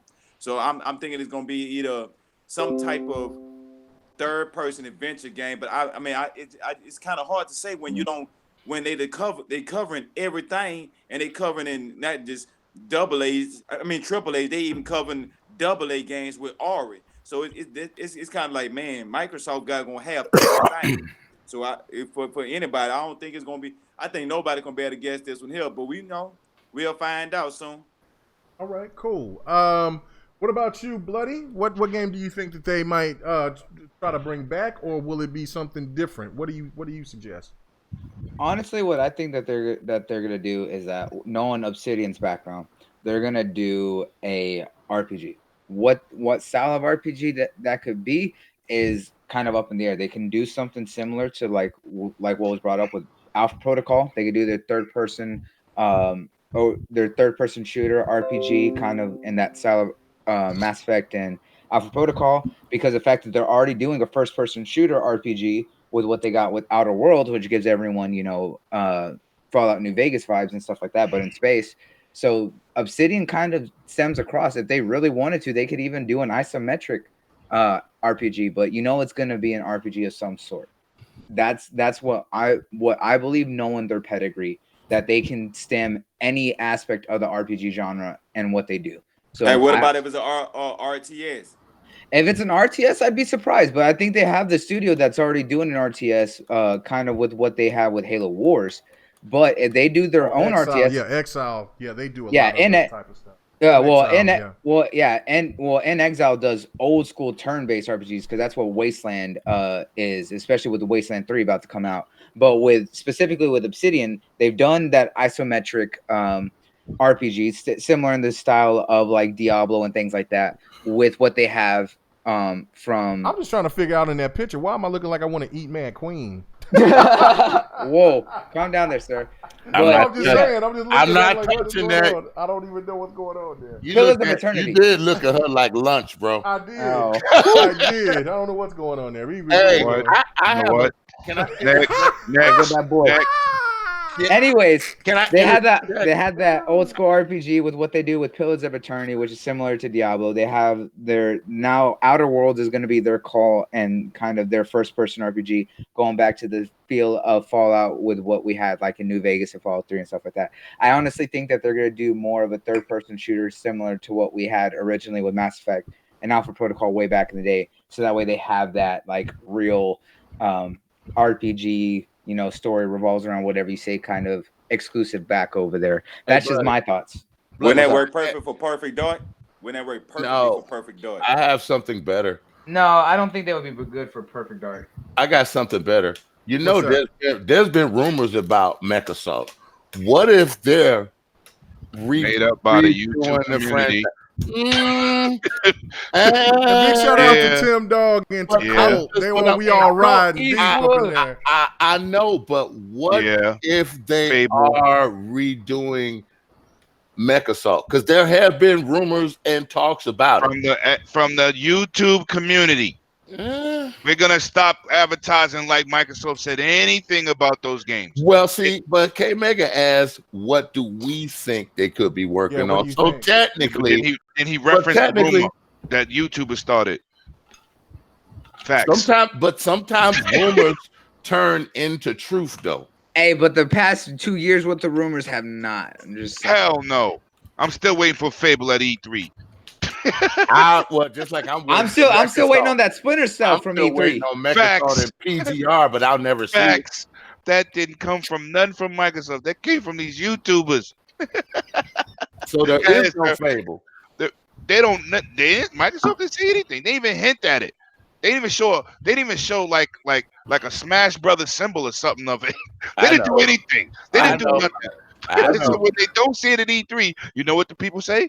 Oh, why they didn't show Fable? Microsoft never said that. Well, that's people just running. Well, if it's not coming out, that's the funniest thing, though. That's the worst part about it. If it's not coming out till 2025, you're not going to see it until they didn't say anything. Those are all community-related hopes. Yeah, no. I mean, lemonade line, because that's gonna be funny. All of them. They make all these predictions up and say, you know what? I heard that Microsoft is bringing back some old school game. I was data mining. Then they somebody. And we got Phantom Dust. I know. Yeah. Then they turn around. And then it don't come out, and then they all be like, "Oh my God, see this E3 is trash. They didn't show this game." Be like, they never say they were showing that game. Never did. Yeah, but Kim Meg was asking us more like on our wish list what we would like. That's what I'm saying. That's what he was asking. And I said Sir X-Men referenced a rumor. But why can't I know I referenced a rumor, but it is shit on his parade, bro. But it's my wish list. I'm not shitting on nobody's parade. I'm talking about these clowns that make shit up. I loved Microsoft back in the day, dude. It was the bomb. I wish they did make it. I wish they remake PGR too, but I know I'll never see that. Oh yeah, Project Gotham. My God. That was the game. I used to drive by my house all the time. Oh man. Go ahead, sir. I'm sorry, X-Men. Go ahead. I didn't realize why ain't my gameplay up there? I just had to crap on the people that create rumors and then turn it into facts when they don't get what they want. That was that about K Mega. That is funny though. I understand where you was coming from. Hey, you know what's funny? Because it's me. What is funny is the Lemon's ass getting up here doing this jig, knowing he heard but you notice that they always do that for Xbox. They don't never do that for PlayStation. You don't hear them get up there and be like, "Man, Ghost Recon." If they don't show Ghost Recon, 100 ass put down the bottle. He was like, "Hey," he was reaching, and then the Lemon was like, "Hey." Hey! Lemon was sore for like 3 days. No train for you. Bullet, baby. No train for you. That bottle was stashed right there. Nobody knew it was there. I pulled it out. Y'all was like, "Oh man!" I never tried the bullet until then, and that boy, I tell you.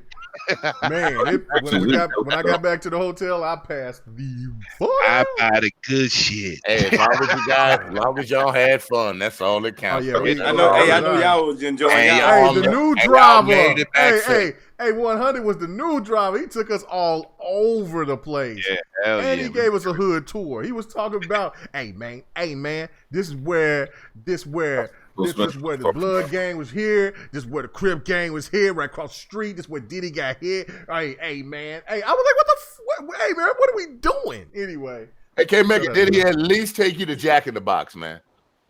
What the hell? Jack in the Crack. We got plenty of Jack in the Box in Oklahoma. Really? Yeah, we got Wow. Hey, with No, the but man standing he side did show door. us. He did order some pretty fire wings from this real badass restaurant that he got. Whew. Hey, So but good. let me tell you this. What's When up? we got to Watts, hey, 100's ass did get out that car. He's like, hey man. He said, what'd you say? Crenshaw. I mean, no, it was Crenshaw. Yeah, Crenshaw, because we went to Nipsey's spot. He was like, I ain't getting out of here, man. He said, I ain't getting out of here, man. I get aired out. I was like, what? And sure enough, Wow. when me and Lemon went across the corner, we got hit up. They started throwing sets at us like, what up? You know what I'm saying? But you know, if real ones didn't know about it, shit, we walked right through them. Like, what's up? And they Yes, let us we through. did. We walked We right did. through them. So, Because in the other first words- thing we was greeted to was they said like, hey, this is our hood. You know exactly what's going on. We was like, we good. So we in walked other right words, through it. can't make it. He was like this. Come on, light change. Come No. on, light. No. We had to part. You know what I'm saying? Because we wanted to check out the Nipsey spot. Uh-huh. I should say more. It was Lemon. He wanted to check out the Nipsey spot because I didn't know nothing. I got Nipsey's music, but I didn't know about his store, nothing like that. Mm-hmm. But we get up in there, and then like when we get out, we walking in, and it's like the whole parking lot is just full of people. You know Full what of I'm saying? Crips. No, Full say of what it Crips. was. Full of Full of Crips. Crips. Cuz I was like, Crenshaw 60 Crips on deck. Your man Lemon walks around the corner with all his jewelry on. Hey, man, we walk right through Is and we this get hit up. We get hit up, and I was like, "Oh shit, what up with it?" And we go up through there, man. It was all good. Now nobody did trip with us. It was all good, man. They let us know what hood they was from. It was funny, man. Funny like, nah, man, I'm good. Y'all got some California love, man. No, man. I just stay here. He didn't want. Don't do my man like that. Don't do my man. He drove us there. Don't do my man like that. But we know why he couldn't get out. You know what I'm saying? We knew why he's from that other side, so there was no way. No way. Hey, shout out to Megatron in the chat. What's up, Megatron? What up, Megatron? But yeah, no, it was funny. But but yeah, no, it was cool though. It was cool, man. Hey, Especially when 100 Wow. behind the wheel, when y'all got out there, he didn't turn his head left or right. He just kept looking straight. No. Man, I'm He just turned- saying. no, He doing the turned- math. no, He doing the he was white turning boy left man. and right. No, it's just when we got to Crenshaw there, that was just a whole nother spot because he was like, Oh, hey, bro. check that out. That's that biomutant right there that we playing. Oh yeah, that biomute. That's that creature that bites you.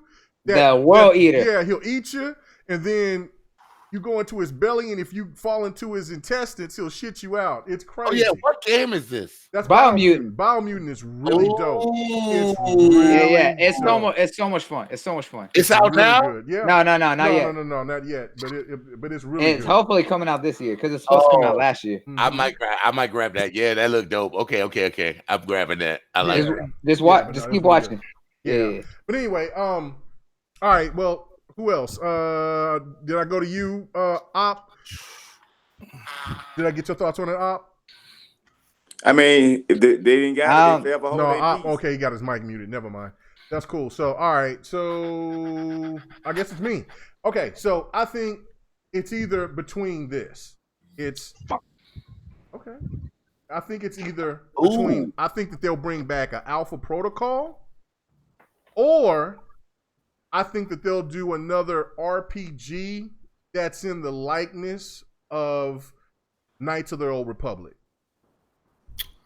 That's interesting. Same game style, you mean, right? Right. That has that same open world, outer space type of style. I don't know if they'll try to make it more modernized to where it can try to gravitate to more people, or will they go the old traditional way of, kind of going,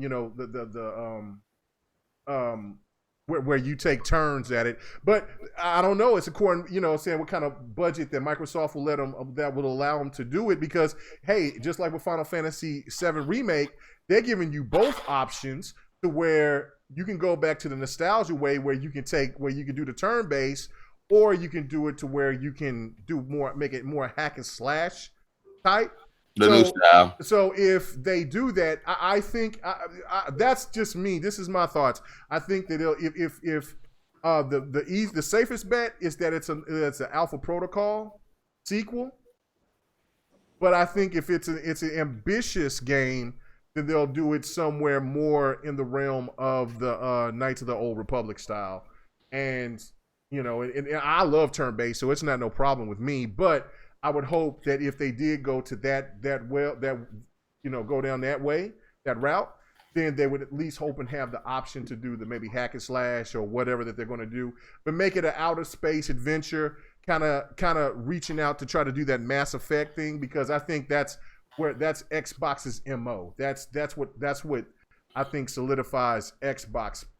Kind of like how PlayStation has a certain type of game mode, game single players. Yeah, the single. Well, I'm not saying just for the single player aspect, but when you play a PlayStation game, they have that same type of template, of kind of what you expect from them. And Xbox, they're more of that futuristic, online. But if you're going to do a single player adventure, then it could be something like maybe an Outer Worlds, but do it differently with an open world RPG in outer space, which is I hope that they don't get caught up in like doing their own template like that, because remember, that's what's called the Sony formula and how it gets played out. I think that they just need to let the studios do what they want to do. If they want to do one in the future space, that's cool. But if they want to do one that's more like what's it? If they want to do one that's more like future or current, like kind of like with what we got with Division or Ghost Recon, let them do that. Oh yeah, no, I got it. What's up with you, Flip Money? Glad you could stop by, bro. You could do half. Okay, I'm seeing what K Mega's at. They could do half future and half right now. Somewhere in the in between. Right. You know what I'm saying? Because Outer Worlds would be the perfect exclusive for Xbox, but it's not an exclusive because they was already working on that game. Right.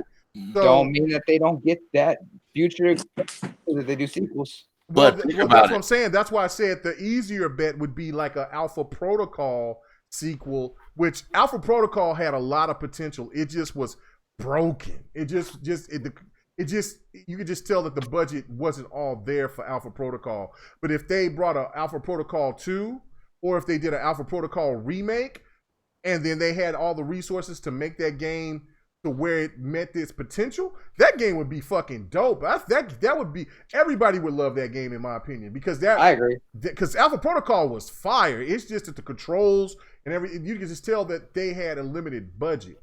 Xbox would make sure that game would not be under a limited budget. So, and if not, they would do that. Then I think that they would go into the realm of having another outer space RPG or something that's similar to what they did with the old Star Wars. Jade Empire. That would be good. They own Jade Empire is Rare though. That was Rare. Rare made that game. No, that was BioWare. I was BioWare. But it was only on Xbox. I'm sorry, BioWare. But it was I want them to make a new Xbox. IP. I don't want no rehash to anything old, man. Microsoft need fresh new stuff. I agree with that. So, But hold on. So you saying Alpha Protocol 2 wouldn't that's new? That would be dope. Or do like Sony did with how they remastered God of War. Make a remake. That's what I'm saying. Reboot. Like you do a reboot. Right. Like you do a remake, or you do a part 2 to Alpha Protocol. I think that would be great. It might be, but I'm talking about as a company. Microsoft needs some fresh new IPs, man. They got their big three. They need some fresh ones, man. Okay. So all right. Okay, so let's get into it a little bit because it gets into other stuff. No, Microsoft needs sequels. Microsoft. I agree, Chuck. Microsoft needs the sequels, and they from need to what? Rise, Sun around. Yeah, from their first from this generation, going to the next generation, they definitely need to have sequels. Because to me, it's like, I've said this a million times and I'll say it again. The biggest failing point for this generation for Xbox One is the fact that they didn't have any sequels to the other games that they had at their launch. And to me, that right there is the point to where PlayStation and Nintendo fans can look at the Xbox and be like, this is why Xbox One didn't gravitate like everybody else did, because of the fact that they didn't show support to those sequels. Okay, you know what I'm saying? So can I say this? Yeah, They left the past in the past. They didn't. Yes, Hold okay, on, let's that's not- right. listen, I'm an Xbox guy too. Let's just be realistic. Sunset Overdrive didn't sell. It sold over 2 million. It took forever to get It there. don't matter. Look, that You're not. You see, we're gonna get into that. We're gonna get into that. But who cares if it didn't sell or not? That's why they didn't make another one. I mean, you got the groundwork. Knack didn't do well. The first Knack didn't sell worth nothing. And Mark Cerny also made the PlayStation, so they gave him a pass. But they brought 2, and they're going to be making a Knack 3. And the second Knack, I don't think did good either. But PlayStation. But this is the thing: PlayStation don't care. That's the one thing that I've said a million times about where PlayStation has the advantage on that aspect, is where they throw a game at you and they'll throw it at you a million fucking times. It doesn't matter if it's second party or if it's third party or if it's first party. If it didn't sell that great, they're still going to keep throwing it at you until you like it. That's the case in point. 1886 the at case you. in point. Club at you. Those Persona games did not sell worth a damn. And then all of a sudden, Persona 5 sold over 2 million, and everybody thought it doesn't matter. It does matter. It's not Sony's game. I just said second or third party, it doesn't matter. They still keep they still keep paying to have those games exclusive on their console. So it still benefits them. Look, they brought back Ratchet and Clank. I mean, they remastered it and brought it back. I mean, and technically it's like a new game, but it was a good game. Because that's the first thing I said. It doesn't matter if it's second party or third party, or I should say more second party. PlayStation still paid that money to keep that game exclusive to their console, and they still supported it. Yep. Right, then you got to look at a game with potential. And even if those games didn't sell, I guarantee you, like, God Eater didn't sell well. God Eater didn't sell worth a damn. But they still there's a God Eater 3. That's Bandai though, and that's something I called out Bandai multiple times. But that's okay. But bloody, like I said, second party, third party, it doesn't matter. Sony That game is that game's not on the Xbox. That game's not on Nintendo. That game is only on PC. That game's only on PC and PlayStation. It was on PlayStation first. Yep. So stop it. I don't want to hear that. I don't want to hear that bullshit. Microsoft's not going to do that. No, Microsoft is going to do that. I think Microsoft actually understands what it is. That's why they got all of these studios, because now they can because of the one thing of okay, see, look, y'all gonna make me go to the segue. This is segue right here. Everybody in here in the chat, I hope y'all let me know what y'all think of what y'all think Obsidian's going to do. But we're going to get into it right now. I'm going to watch it right that now. escape, though. Yeah, we're going to it right now. All right. Sneak peek at the future of Xbox. Only on GRG. Only on GRG, baby. Anyway. Oh, we about to hit it now. We about to hit it now. So I'm gonna go to question 5. I'm gonna skip 5 and go straight to 6, and we're gonna go back to 5. But 6. Xbox Vision. And will Xbox Vision translate to the next gen? Now, this is the thing that I think is quite interesting, because now we already got started with it. So I'm going to go to you first, Sir X-Man, because you are our guest. Then I'm going to go to you next, 108. But, all right. One thing about what Xbox is trying to do, right? They're breaking it down. They're saying, hey, look, we have a new strategy. We have things that what we're doing. And I'm going to read this off to you before you answer this, right? Okay. So, all right. Yeah. Microsoft has a platform with Xbox, but it doesn't need to focus on dominating the console space. It has a streaming service with Xcloud, but it doesn't need to focus on becoming the next Netflix of video games. It has Game Pass and its growing family of in-house game developers, but it doesn't have it to be dominant with game publishers. Microsoft wants to have the substantial presence in all of these areas. It wants to serve your needs however you are, wherever you are, whatever you like to play, however you want to play. To accomplish this, Microsoft needs to be there for you. It doesn't need to be the only place, well, it says this. It doesn't need to be the only one that's there for you. Okay, now hold on. There's one more part. Mm-hmm. Why is Microsoft focusing all these things instead of zeroing in on dominating one of them? Because it can. Microsoft has a deep stack of Xbox consoles capped with the most powerful console currently available. It has the Windows operating system and that dominates PC gaming. It has the worldwide network of Azure data centers to host its streaming services. It has games galore with Game Pass, which many have called the best deal in gaming, and it has deep pockets. No one else in gaming has a diverse set of assets that Microsoft can bring to the table.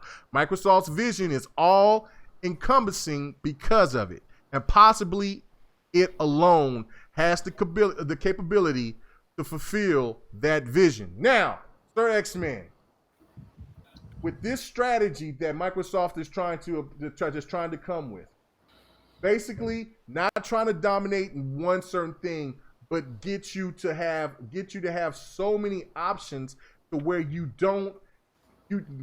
got to do something with Xbox. You feel that this is going to work for their future, and do you think that this will have them to bring better games down the line and sequels? Okay. For one thing, I love Microsoft and I love Xbox. I know what they're doing, and I think it's a good thing, but I seriously think they're doing this a little bit too quick in this generation. They should have took their time and introduced this stuff slowly.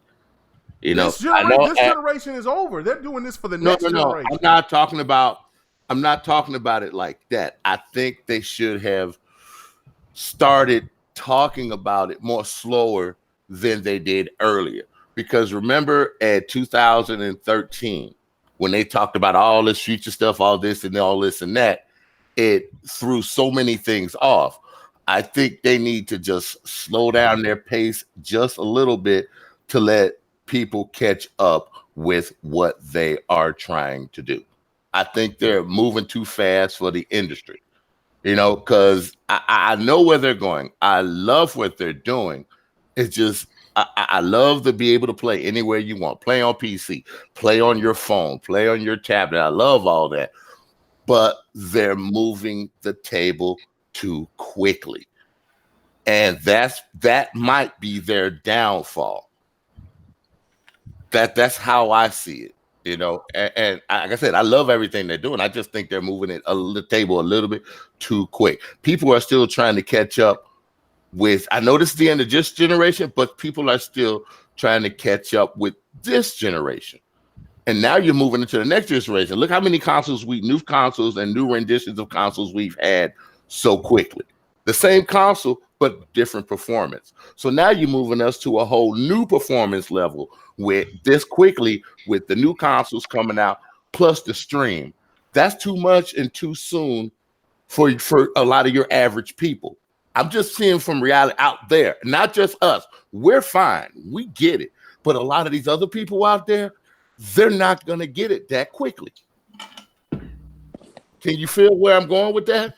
A lot of people feel the opposite. Yeah, I was gonna say, me personally, no, I don't get what I get what you're saying, but I don't agree with it. But I mean, that's fine. I mean, that's the whole point of the show. Everybody has their opinion on it. I get what you're saying. The issue is, as gamers, we've been talking about casuals for so long as being these dumb motherfuckers that don't understand technology, where everybody has a fucking computer in their pocket. They get it. It's different now. They get it. They totally get it. Like, they're not those idiots that they once were like 10 years ago. Like, everybody's on the fucking internet, whether you play games or not. Before, it was like, if you were a gamer, you were all about technology. Now it seems like we have certain gamers that are about tech, but they're like stuck in, like, back in the Stone Age. It's like all they care about is gaming, period. But they don't care about the functionality of how you are able to game. They just want to game on a box. I mean, I'm New hardcore motherfuckers- old school. Like No, you, but what I'm saying is the new people, they can't. They have Windows on their phone, right? When they go to their computer, they have Windows as well. So whatever I typed on my phone should be in my computer. And if it's not, they are like, this is bullshit. Why do I need this?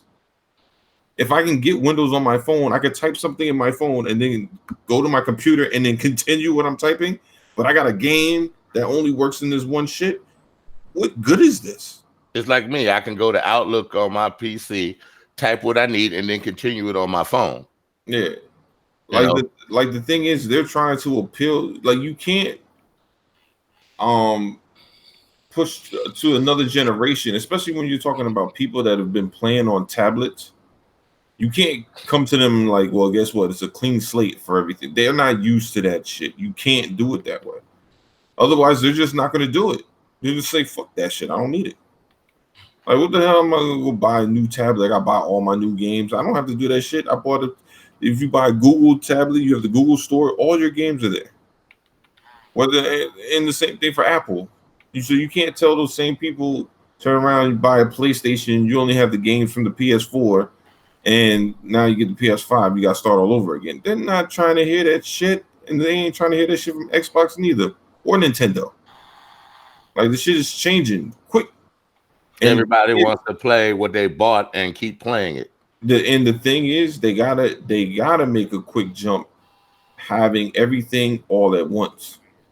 Like, there is no, we gotta we gotta do this methodical way of. That you can't do it that way. Otherwise, just be like, it don't work. The end is over. It's just a continuation. You're just gonna look at it as it doesn't work, and they don't give a fuck about it. Well, you know what could kill the Google thing, the Stadia, that if Microsoft says every game that you own, downloadable, including the old school 360 games, you can play on their Xcloud. That's a big library. That's what it is. But that's another discussion. That's another discussion. Okay. That's the next topic. That's the next topic. All right, we'll stop this one. Go to the next. Yeah, that's a whole other thing. That's a big boy. Look, I don't think anything at this point is going to kill something else. They've been talking about every time PlayStation drops a game that the Xbox is dead. Well, that zombie bitch keep on coming back to life. I don't know how the fuck she do it. She making money. Exactly, but they every time a game PlayStation come out, they said that motherfucker dead. I don't know. I'm just saying, like, at this point, if they got the funding to make games that people want to play, people are going to use the service as long as it works. That's all that matters. People don't give a shit about who's a fan of what or whatever. As long as it works and it makes sense, like fiscally for the buyer, they don't give a shit. All this like, well, I'm not going to play this because it's, it's not, I can't download it to my, computer, or I can't download it to my console. Guess what? Not everybody think like that.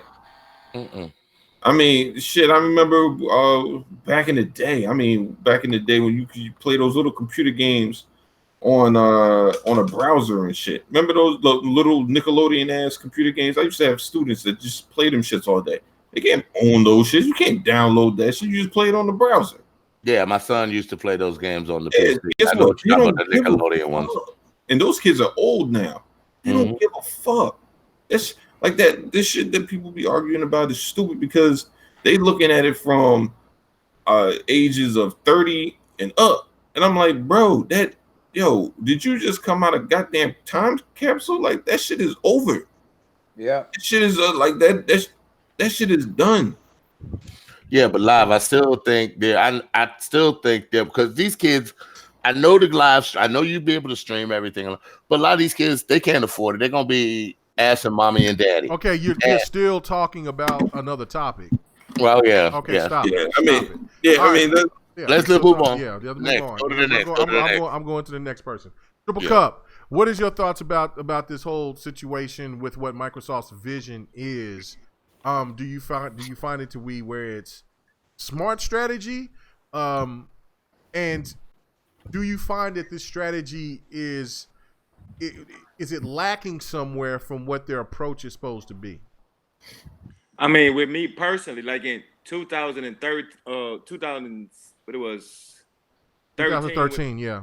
when they first was talking about the TV and all the stuff that the innovating that they was gonna do back then, Mm-hmm. they was ahead of their time because you know what I'm saying the way that it was going, like the way people reacted and did things wasn't and going accordingly to that. But nowadays, everybody is on their phones, everybody on laptops, they doing all these things now. So the stuff that Microsoft is presenting now to actually go where everybody's at and do the things that people is doing.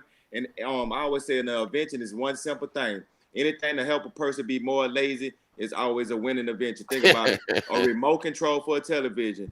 It keep you from having to get up to turn the TV on. That made it a good invention. So anytime you can help a person be more lazy, it's always considered a good invention. So if Microsoft could say, hey, I could buy one thing and be able to play it from here and go there and make a person be able to be more lazy, 9 times out of 10, it's going to be a good invention. And I think they're going to be right on time with the time. So when they come out with this, like everybody is like Live was saying, like there's no more of these idiot casuals that we used to consider them as. You got to look at these casuals as a little bit more knowledgeable these days because everybody is a gamer.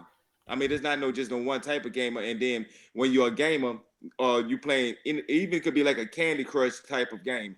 They gonna introduce you to this gaming world and how things operate. So the more you game, the more you start learning how things operate. And if you notice, the more and more people gaming, even on phones. And then when they gaming on these phones, they learning the system. They learning how things operate. So they learning the language. You know what I'm saying? Some people don't know what 60 frames is from 30 frames is. But nowadays, you can ask the casual.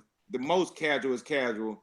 Man, what's the difference between 60 and 30 frames? Which one you think better? What you think better, 1080p or 4K? You know what I'm saying? A casual, you know what I'm saying, back in the days wouldn't know nothing about that. But now you can ask them that, they're like, oh yeah, give me that 4K that with 60 frames, stuff like that. So you know what I'm saying? I'm thinking like right now, Microsoft is gonna be right on time with the times this time, and they're gonna capitalize all around the board. They playing checkers. I mean, they playing chess, not checkers. It's all about the best move, not the first move. Right. Cool. I dig it. I dig it. All right.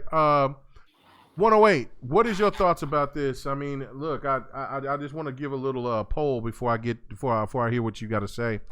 They with the strategy, they look at it from the types of gamers.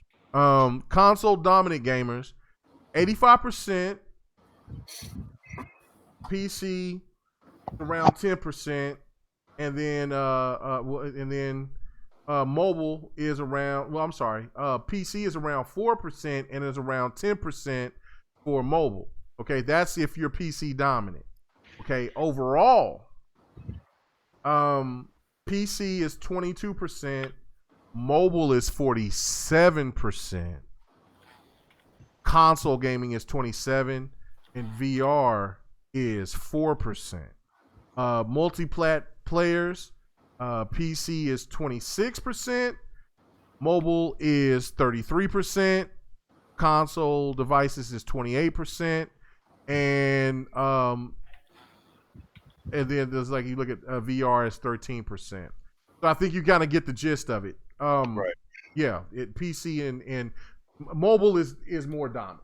So do you think that Xbox's strategy of wanting to try to touch on everything and not be particularly strong at one thing, is it a smart approach going into the next gen? Yes, it is. Especially, I mean, I don't consider mobile like most people do because they got they count Candy Crush, and those are games, but that's not like gaming.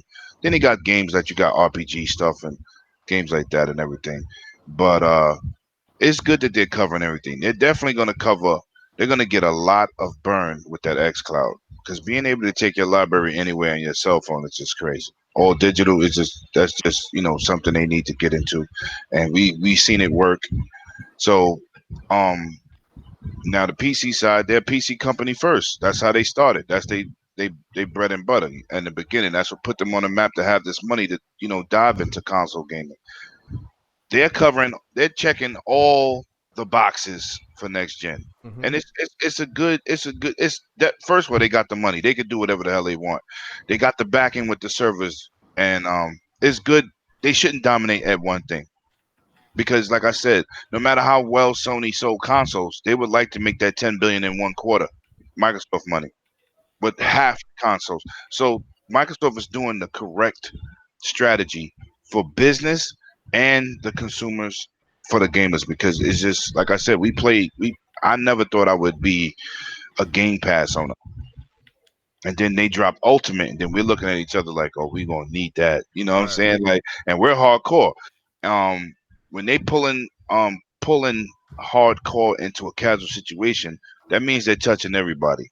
So their business model has to be correct, and the direction of the company is definitely going in a positive direction. Now, with the sequels, I can agree with you on some of them sequels, but we'll just have to see, man. I know they need some new, fresh new But you IPs. saying new IPs is the winning strategy? Yeah, because they got three big dogs making $1 billion every generation. They got We know 4. this. Well, Forza Horizon doesn't count. Okay, yeah, it does. Hold on. They got Minecraft. They got Forza. Oh yeah, I forgot about Minecraft. Yeah, you got Minecraft, yeah, Forza, yeah. Gears, Halo. Right. So yeah, you're right. But it's like people want to see, like the Quantum Break sequel.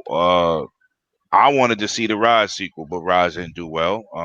Rise sold 4 million. Yeah, but that's over. 4 We were to talking 5 about million.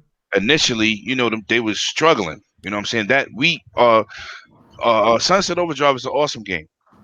It's an awesome game. That's like saying Detroit Become Human. It's an awesome game, but they struggle to get to the point. We don't know what it costs to make those games compared to the money. Of course, you get trickle sales. 5 years from now, you sell 3 million copies. That was 2013. It should be over 2 million copies. I get that. But that's what I'm saying. That's all I'm saying. No. But, I get that. But the perception, you understand what the perception. Oh, I Record sequel. yes, I get it. Sequel. Yeah, no. Look, if there's any game that I think that definitely get a sequel, is going to get Recore. I think Recore is going to get some love. Now I know Shannon Loftus is not in the same position that what she used to be, but I still think that there's people that still believe in Recore. And Recore was not a bad game. It just got ridiculed by the idiots. Well, it got ridiculed, but it wasn't what you wanted from a game like that. Like when you first played the game, it was bland until you got into the dungeons, and when you got into dungeons, that's when you seen the true magic of what that game was about. So and what it could be, yeah, and then it was a lot more in depth, but then there was things that hindered it, especially when you were trying to get the last bot, and that was glitched, and you had to wait, and there was a lot of things about Record that was really good, but then there was things about Record that was bad, and of course that was because of whatever strategy that was going on between that transition between Phil taking over and whoever was in charge at that time. Donnie D. And no, it wasn't Donnie D. It was somebody else. Donnie D was going. When Donnie D left, Donnie D left. Now Donnie D did bring Donnie D brought some fire to the table. There was no doubt about it. But Donnie D just didn't give a fuck about gaming like Phil gives a fuck about gaming. But Phil had to work hard to at least try to do something, because if you go and you listen to the Bonnie Ross interview with I can't think of his name right now from Inside Xbox, but Ryan McCaffrey. They say it right there in that interview that they were trying to sell off Halo. Bonnie Ross saved Halo. Phil, Bonnie Ross, Kiki Wolfkill, they saved Halo. They were the people that was in charge. I forget what that dude's name was. That was in charge of them of I thought they were trying to sell off Xbox. No. They were trying to do that too. But beforehand, they were trying to the people that was that guy that was in charge of Windows. I can't think of his name right now. Him and a couple other people was like, look, Halo 3 is, you know what I'm saying, it did it. It's not gonna sell any more than what it sold. We might as well count our losses, and we need to go ahead and sell it. And the people they were gonna sell it to was Gearbox, the people that make Borderlands.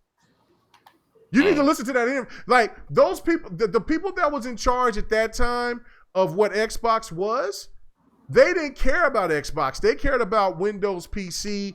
They cared nothing about Xbox. And Phil was not in charge at that time.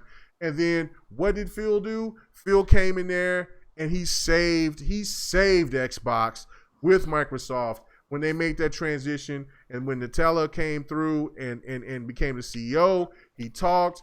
They worked it out. Bonnie Ross was right there.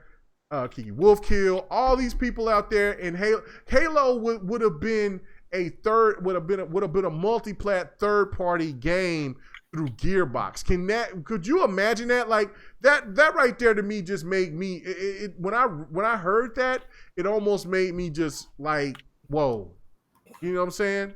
So, and that was in that interview. If you go and you check the IGN interview with Ryan McCaffrey, Inside Xbox with Bonnie Ross, she says it right there. She breaks that shit down. And knowing back in the day with how Gearbox was with first-person shooters, Halo would have been dead, like straight out dead. Well, I don't know if it would have been dead. No. Wouldn't have been Look at any of their first-person shooters were all bad. We all love Borderlands 1, 2, but the gunplay in those games as a shooter was not very good.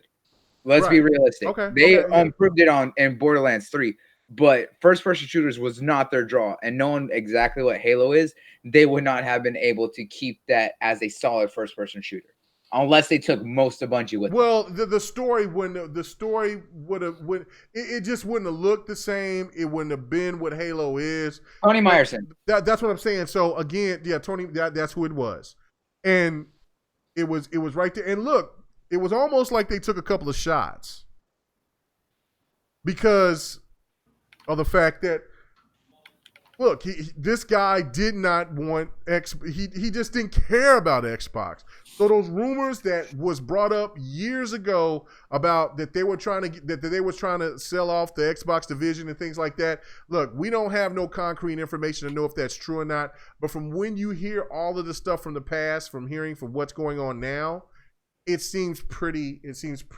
evident that there was a certain group of people that just kind of wanted to count their losses and just move on and just keep it about Windows and Windows and PC, not about Xbox. They would have lost out on so much money if they had done that. And the fact of it is that so many people, they rip Phil Spencer and they say that Phil Spencer has not done his job and he's not done this and he's not done that. He saved Xbox.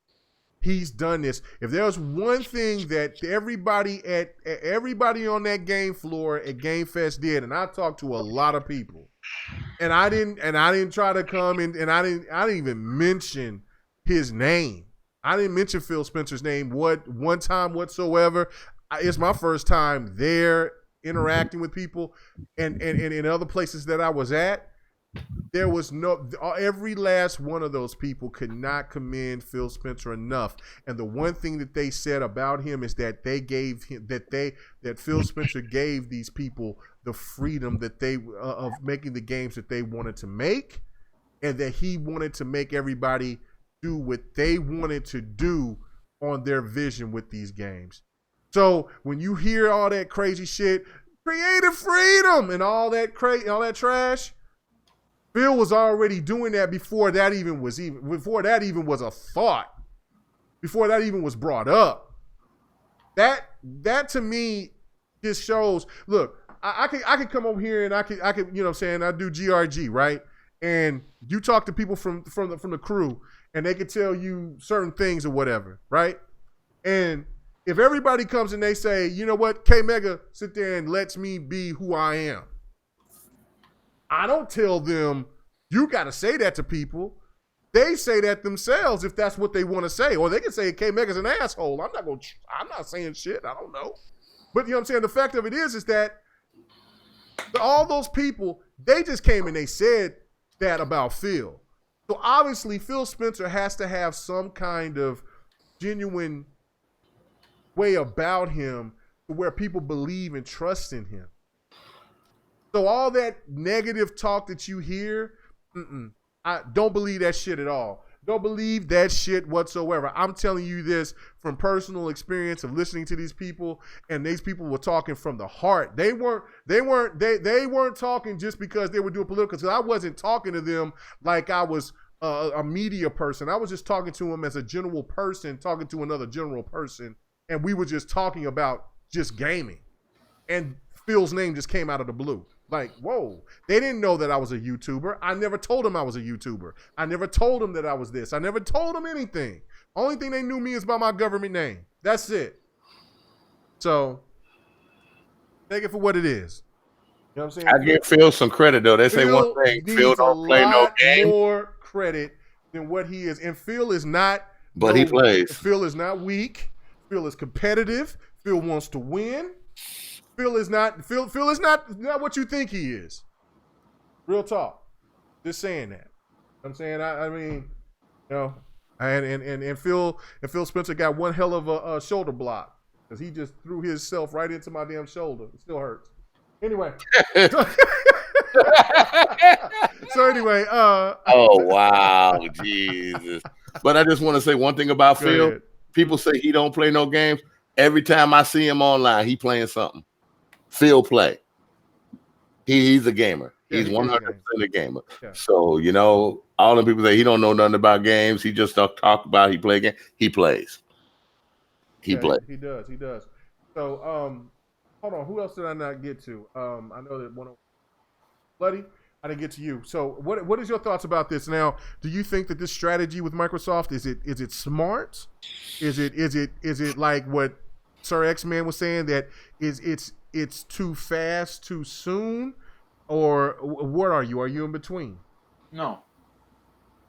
This isn't too fast, too soon. This is something that they've been planning since the beginning of the generation. When they first introduced the Xbox One, talking about going all digital, talk about it being a media center, talking about how everything will be unified all together. They already had this vision almost 7 years ago now. The fact is, when they came out with it, like everything that Microsoft has done, always ahead of its time, just never the right time. Look at what they did with the original tablet PC that they did 3 years before Apple did the iPad. Look at what they did with the Zune before Apple started really updating their iPods. Everything that Microsoft has done has always been ahead of its time, but it never caught on at the right time. Luckily, with this generation, everything that they said that they wanted to do at the beginning of the generation, they ended up doing anyways. It just took a little time to get it all set up because that's the way that the market was trending. Now, streaming is absolutely one of the highest. All digital is one of the biggest selling points now. A lot of people have gone digital. Physical sales are still up there, especially when you have very strong physical collector's editions for people who like that. However, it isn't making the same amount of money it was before. You look back at 2013, you're looking at about an 82 to 83% market share. You look at it now, it's about 40 to 30, whereas digital has taken the other half. Right now, them choosing to be all digital and really pushing the digital with streaming is absolutely one of the most well thought out plans because they already laid the plans out years ago. It was something that they've had in their talks, as well as the way that Microsoft has completely unified all their platforms together. Now Xbox is working with PC and Windows and trying to bridge the PC gaming by combining them all under the Xbox ecosystem. They got rid of the Windows 10 branding. They got rid of all that. Now it's all the Xbox ecosystem. Game Bar now replaced what was the previous Windows 10 PC like crap, and now it's all tied. The Game Bar is what ties it all to Xbox. Now they also brought in with the fact that they added the Game Pass Ultimate for PC. Now that's bringing all Xbox under one. They're now people who are complaining that PC dudes are getting it easy. Sure, they can buy the games by themselves, but if they want in on the Game Pass, they're all paying for the live now. They're all putting in. So don't look at it as anything else. Everything that they have had has been well laid ahead of time. They've been looking at these. Look at everything that I said in the past. Everything that they've been doing on the hardware side, setting up for what they are doing on the network and software side of things. Like when they made the new controllers and they said, hey, guess what? We're going to start adding Bluetooth into them. Now you can be able to use it on your PC without any sort of necessary dongle or any wireless adapter to be able to use them. And your phone. And your phone, I exactly. use mine on my phone a lot of times. Exactly what they did when they made that announcement is that, hey, guess what? There are mobile games that you can use a controller with. PUBG, Fortnite. Yep. Exactly. So now your Xbox controller, which are well supported on those games, has a Bluetooth that you can use on your phone to be able to play those games. That was about 3 years ago when they started doing the Bluetooth. And then now look at what they're doing now. They announced Xcloud about a year ago, and now they're really showing, hey, guess what?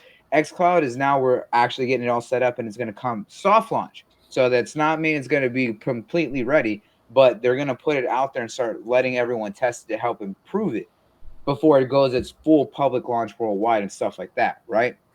So they've had all of these visions. They've had all of these plans laid out years before. It's just when they first started doing it, it wasn't always the right time. But did they shelve all those plans? No, they didn't shelve all of them. There were some that got pushed aside, let's be honest, but they are absolutely committed to quite a few of those plans. And now we're really starting to see the fruits of everything that they had years ago laid out. With them talking about Netflix or Game Pass being the Netflix of gaming, it absolutely is. It's one of the best deals out there. A lot of third party companies are using Game Pass, as well as a lot of smaller devs that would not get any attention on their games in this kind of big ecosystem outside of PC. But even on PC, people buy those games, but they never always play them unless you have a very big influencer putting it out there. So now, one, they're funding these games, giving them a chunk, and also giving them any payment based on number of downloads to help get their game out there that would otherwise go unnoticed. Everything that they have done has absolutely been one clear, cohesive vision. Having someone with the passion about gaming like Phil has been absolutely one of the biggest heads. When we were there at E3, you know how we were when we were at the pub talking to all the hardware team, talking to those guys and hearing about what they had to do before, like especially with the Elite controller. And then we talked to those guys last year. I talked to them again this year. You know how they said that before they had a limited budget because of the fact they had to take a pre-existing controller and make it Elite. Now they had an unlimited budget and were able to completely redesign that controller alone. All right. That lets you know that they're seeing where everything is going. They see how everything is improving and how at first they're getting stops put on, but as soon as they get any sort of semblance of success, they're starting to just take away those stops and say, go for it. They're just letting them do their thing. And with someone like Satya Nadella, if you haven't read that man's book and seen what he's done for that company, you really don't understand their entire vision at all. They have the most well thought out plans for the future. Yes, it sometimes seems that there's a lack or loss of support for the hardcore because of the fact that they want to reach a wider audience, but it's coming. And yes, you can make every joke to saying, "Oh, wait till the E3 next year." No, everything that comes through always takes time, and we've seen quick turnarounds with very poor results. They've had some small turnarounds and we're able to get something going. But right now they set the seeds for, hey, we got all these people now. We're supporting their current project that they're doing now, but their future projects and everything is going to be much better because of the fact that that's when they're going to have a full development cycle. So honestly, what these guys are doing, I'm completely behind because of the fact that now is the time for them to do that. Yeah, no, I totally agree. I definitely totally agree. All right. Do anybody else want to address anything before we go to the last topic for the night? Yeah, Bloody just made me think of something. If you have all these people playing on their phones, say they can play on their phones, they can play with Bluetooth, they can use their Chromecast and push it to the TV if they want some time to play the same game. We're talking about you're still on the topic that we're going into. We're still on that topic. We're going to the topic that you're talking about right now. I don't know why you keep bringing up the other topic. Oh, okay. I didn't know we were talking about that part. Okay, my bad. I thought we were on the same level. My first time. I apologize. I'm learning. Go on, Kamega. Okay. All right. Don't be mad. All right. Okay, here we go. Now you can go all you want to now, Sir Xcloud. Here we go. All right, last topic for the night. All right. Hey, Mega, we didn't hit 2 hours. What'd you say? We didn't hit 2 hours. We haven't hit 2 hours. It says 2 hours on my part. It ain't 2 we hours. Had 2.5. We had 2.5. I'm just saying. You said we want 2 hours. No, we ain't hit 2.5 yet. 2:14. Wow. All right. Let's go. I know. Let's push it. Let's go. Let's push it. All right. So now, Remote play. Now, I've seen a lot of these PlayStation fans come out and they try to brag about remote play all of a sudden. Now, I would have swore that some of these prominent PlayStation YouTubers said that if PlayStation would try to go the same route as Xbox on trying to have their games be shipped off to PC and to play anywhere type of status, that they would be done with gaming. I've heard them say this. You've heard them say this. We all know who they are. But all of a sudden, I started seeing a whole bunch of people, a whole bunch of PlayStation fans come up and bring up about remote play. I have remote play on my PC. I don't have remote play on my phone because I don't have an iPhone because it's still in beta status. But Fuck that iPhone. oh, well, hold on. But regardless, they're trying to say that everything remote play is just as good, if not better, than what the Xcloud or Stadia can bring. So, what I have to bring to the table, since X-Man, you've been touching on this subject 2 or 3 times already. I'm going to go to you first, and I want to get your thoughts on this. Now, I don't know how familiar you are with remote play with PlayStation because it is a streaming service.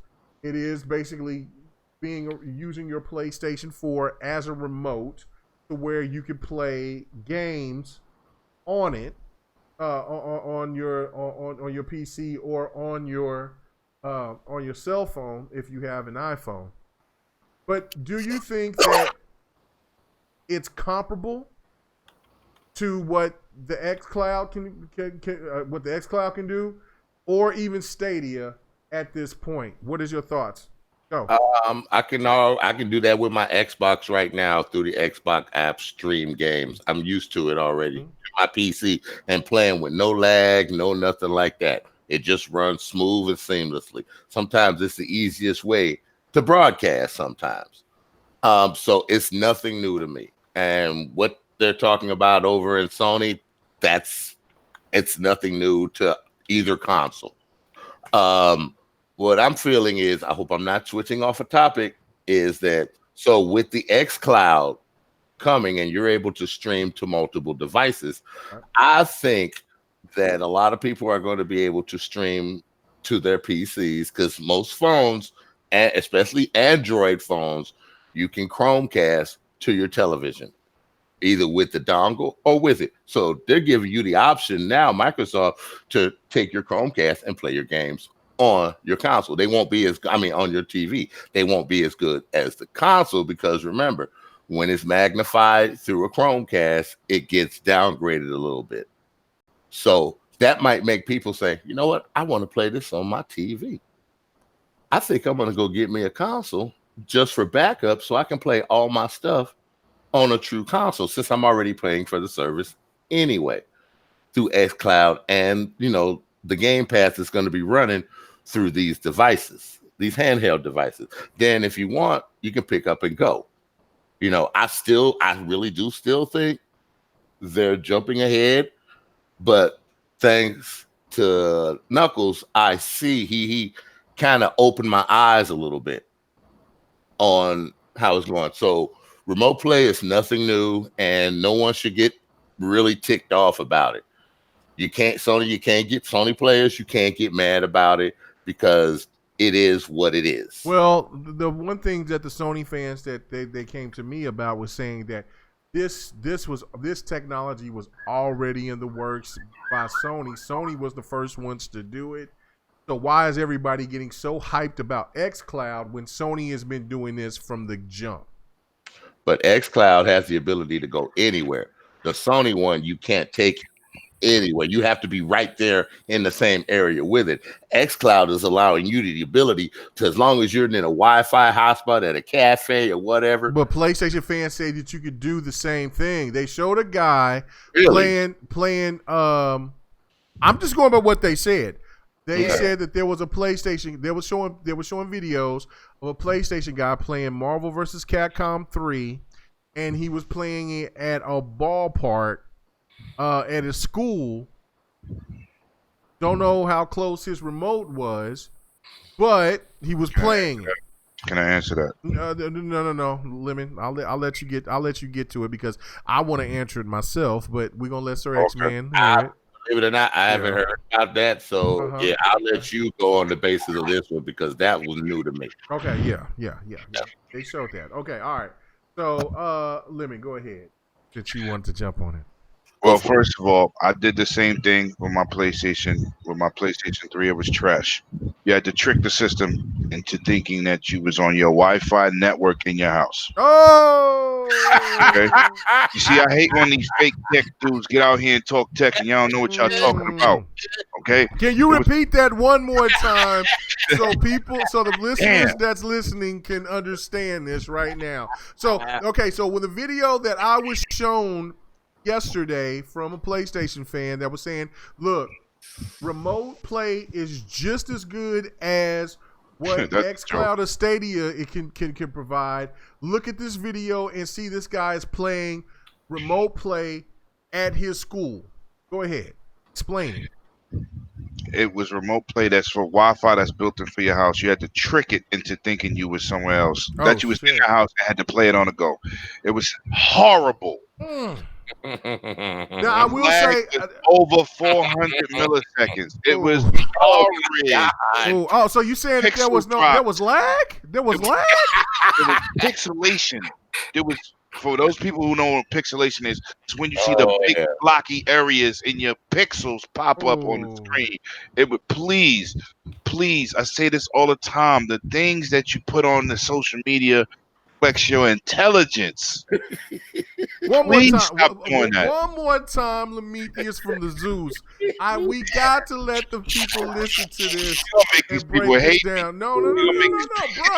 I gotta hear that again. 100. Yeah. Sir X Man. Call me 100 again. You have to mute your mic. Yeah, okay, break it down, bro. Okay, break it down one more time for us, man. I mean, all right. One more time because they showed this guy at his gym at outside.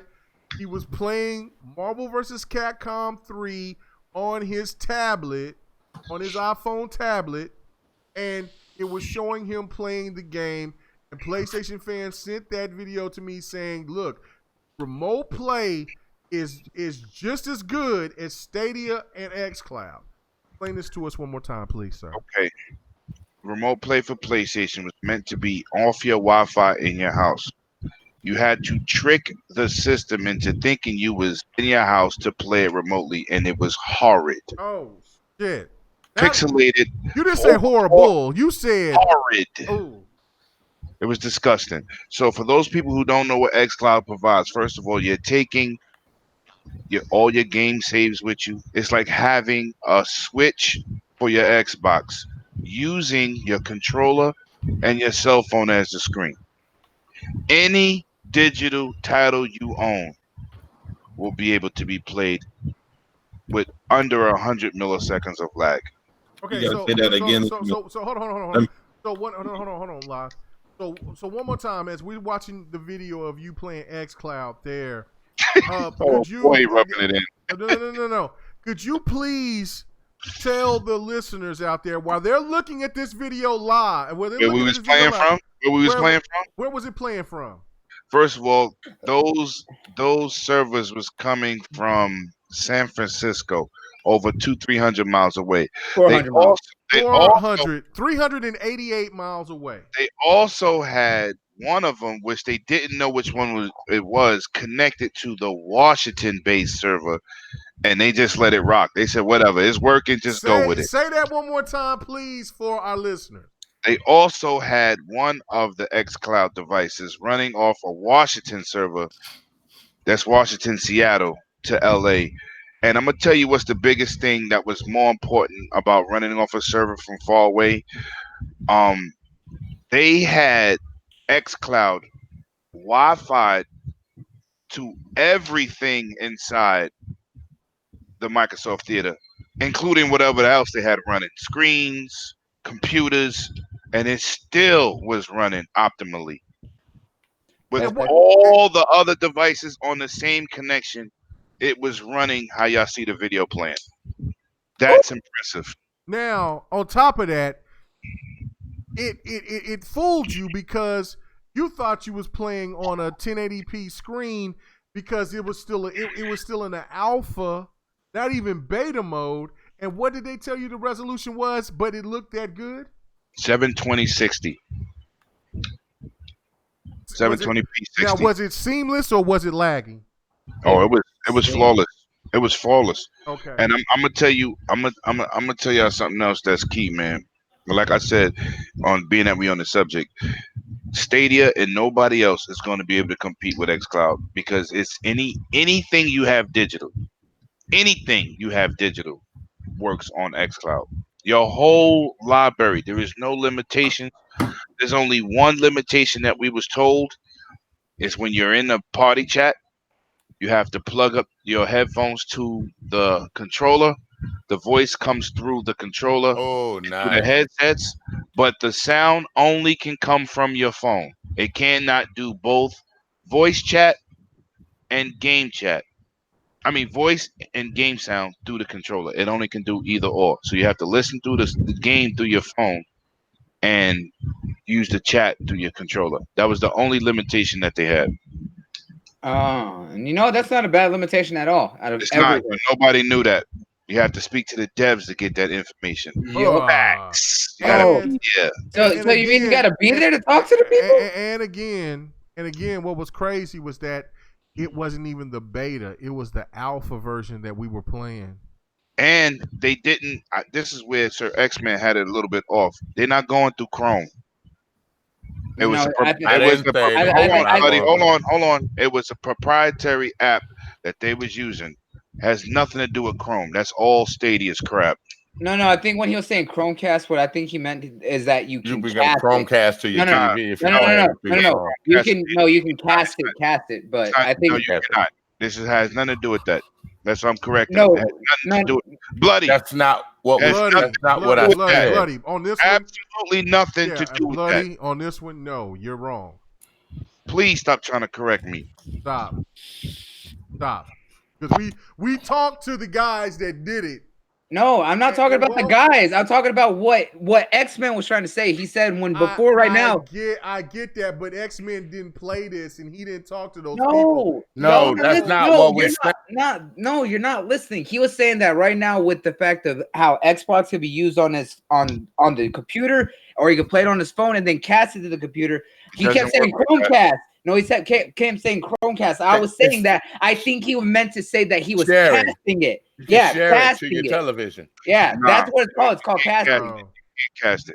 But that's all I was correcting. I wasn't correcting y'all. You take your phone and plug it up through a mini HDMI cord that goes from your TV to your phone, and you could probably play it through that. But it's not a casting situation. No, it's not like that. Playing the game on your phone, right? And this is the thing right here that makes it even more sweeter, is because your see, for right now, when they do the beta, it's going to be only through your Xbox One X. That's going to be your personal server itself, on top of the Azure servers that's going to be surrounding you. No, I get all that. I was just correcting the terminology that X-Men was saying. That I think he was saying the wrong thing when Lemon was trying to explain this to him. Have you guys ever just regular casted your phone? No Chromecast. Just casted your phone to the television. Yeah. Have you ever casted your phone? Shared it with the television. I got a Samsung phone. I got a Samsung TV. I do it all. Right. Yeah. The same thing with So you can't so they have a lock in there where you can't cast it. If you're using an Xbox app, there won't be no casting feature. Right. When I can cast everything on my phone. Well, okay, I can cast everything. But this is the thing that I wouldn't understand. Why would you want to cast it if let's just say that this is how this would. How I envision how you trying to explain it to me is like you would try to hook up your phone, your Xcloud through your television. No, not the Xcloud. No, you're running it through your phone. No, you're running your Xcloud to your phone. Right. Your phone has casting ability. Your phone or your tablet or your laptop. Right. Both of them have casting ability to a television. Either of those three. Right. Yeah. Right. So what I'm saying is you can cast it to your television, not using Xcloud. Xcloud is on your phone. but you can cast the image your to phone. the television. You can cast the image. I mean, I guess you could, but I mean, That's what I'm saying. but I wouldn't even know why would you want to cast it on your television. Say you're going over a friend's house and you want to play that game, and it's through the cloud, in the internet. You can cast it on their television to show them the game, and maybe play a co-op game with them with 2 controllers. Yeah, but at that point, you might as well just play it off the television. Yeah, just play it off. That's what I'm saying. Like that right there is on it. Yeah, that right there don't even. Yeah, I mean I can see that, but then the latency will be. Yeah, the latency would be. Crazy. I know it'll be a little latency. Right, I know. Yeah, like let's see. Leave it up to that's you to what be going on to another level with some shit like that's that. what I was talking about. That thing is what he was trying to mention. Right, that's what I'm trying to correct. I wasn't trying to correct you, Lemon. No, I was just trying to. Game. But hold on. Okay. So. It's like having a portable console. Okay, but hold on, chill. The Blue asked a question. He said, "K-Mega, how far away from the Xbox can you be?" Now, from the servers that they were playing, that we were playing the Xcloud on, they were having them from San Francisco. We were in LA. That was 381 miles away. Yep. Also, like Lemon said, there was one server that was from Seattle, Washington. They didn't know what particular game it was, but they knew one of the games that we were playing was from Seattle, Washington. The other ones were from San Francisco. And with everything that was on top of there, from everything that was going on inside that building, there with interference and everything else, everything played fantastic. Like it just. Yeah, they dropped it from 1080p to 720p. Right. But visually, it looked like it was 1080p 60 frames because it looked so polished. Like it made and what was so crazy is that like I hope that y'all can see that when we showed that video, and even if you go back and check my video of because I posted the video on my channel, they had different sized phones. They had looked like a phone that looked like the Note.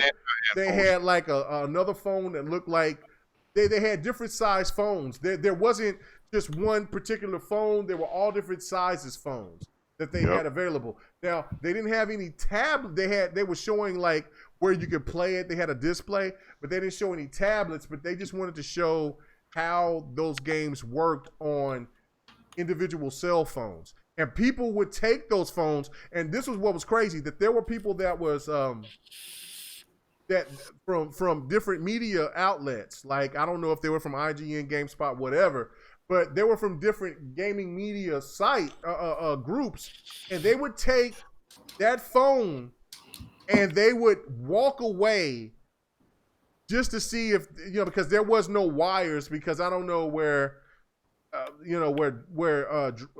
Red Dragon came up with that bullshit.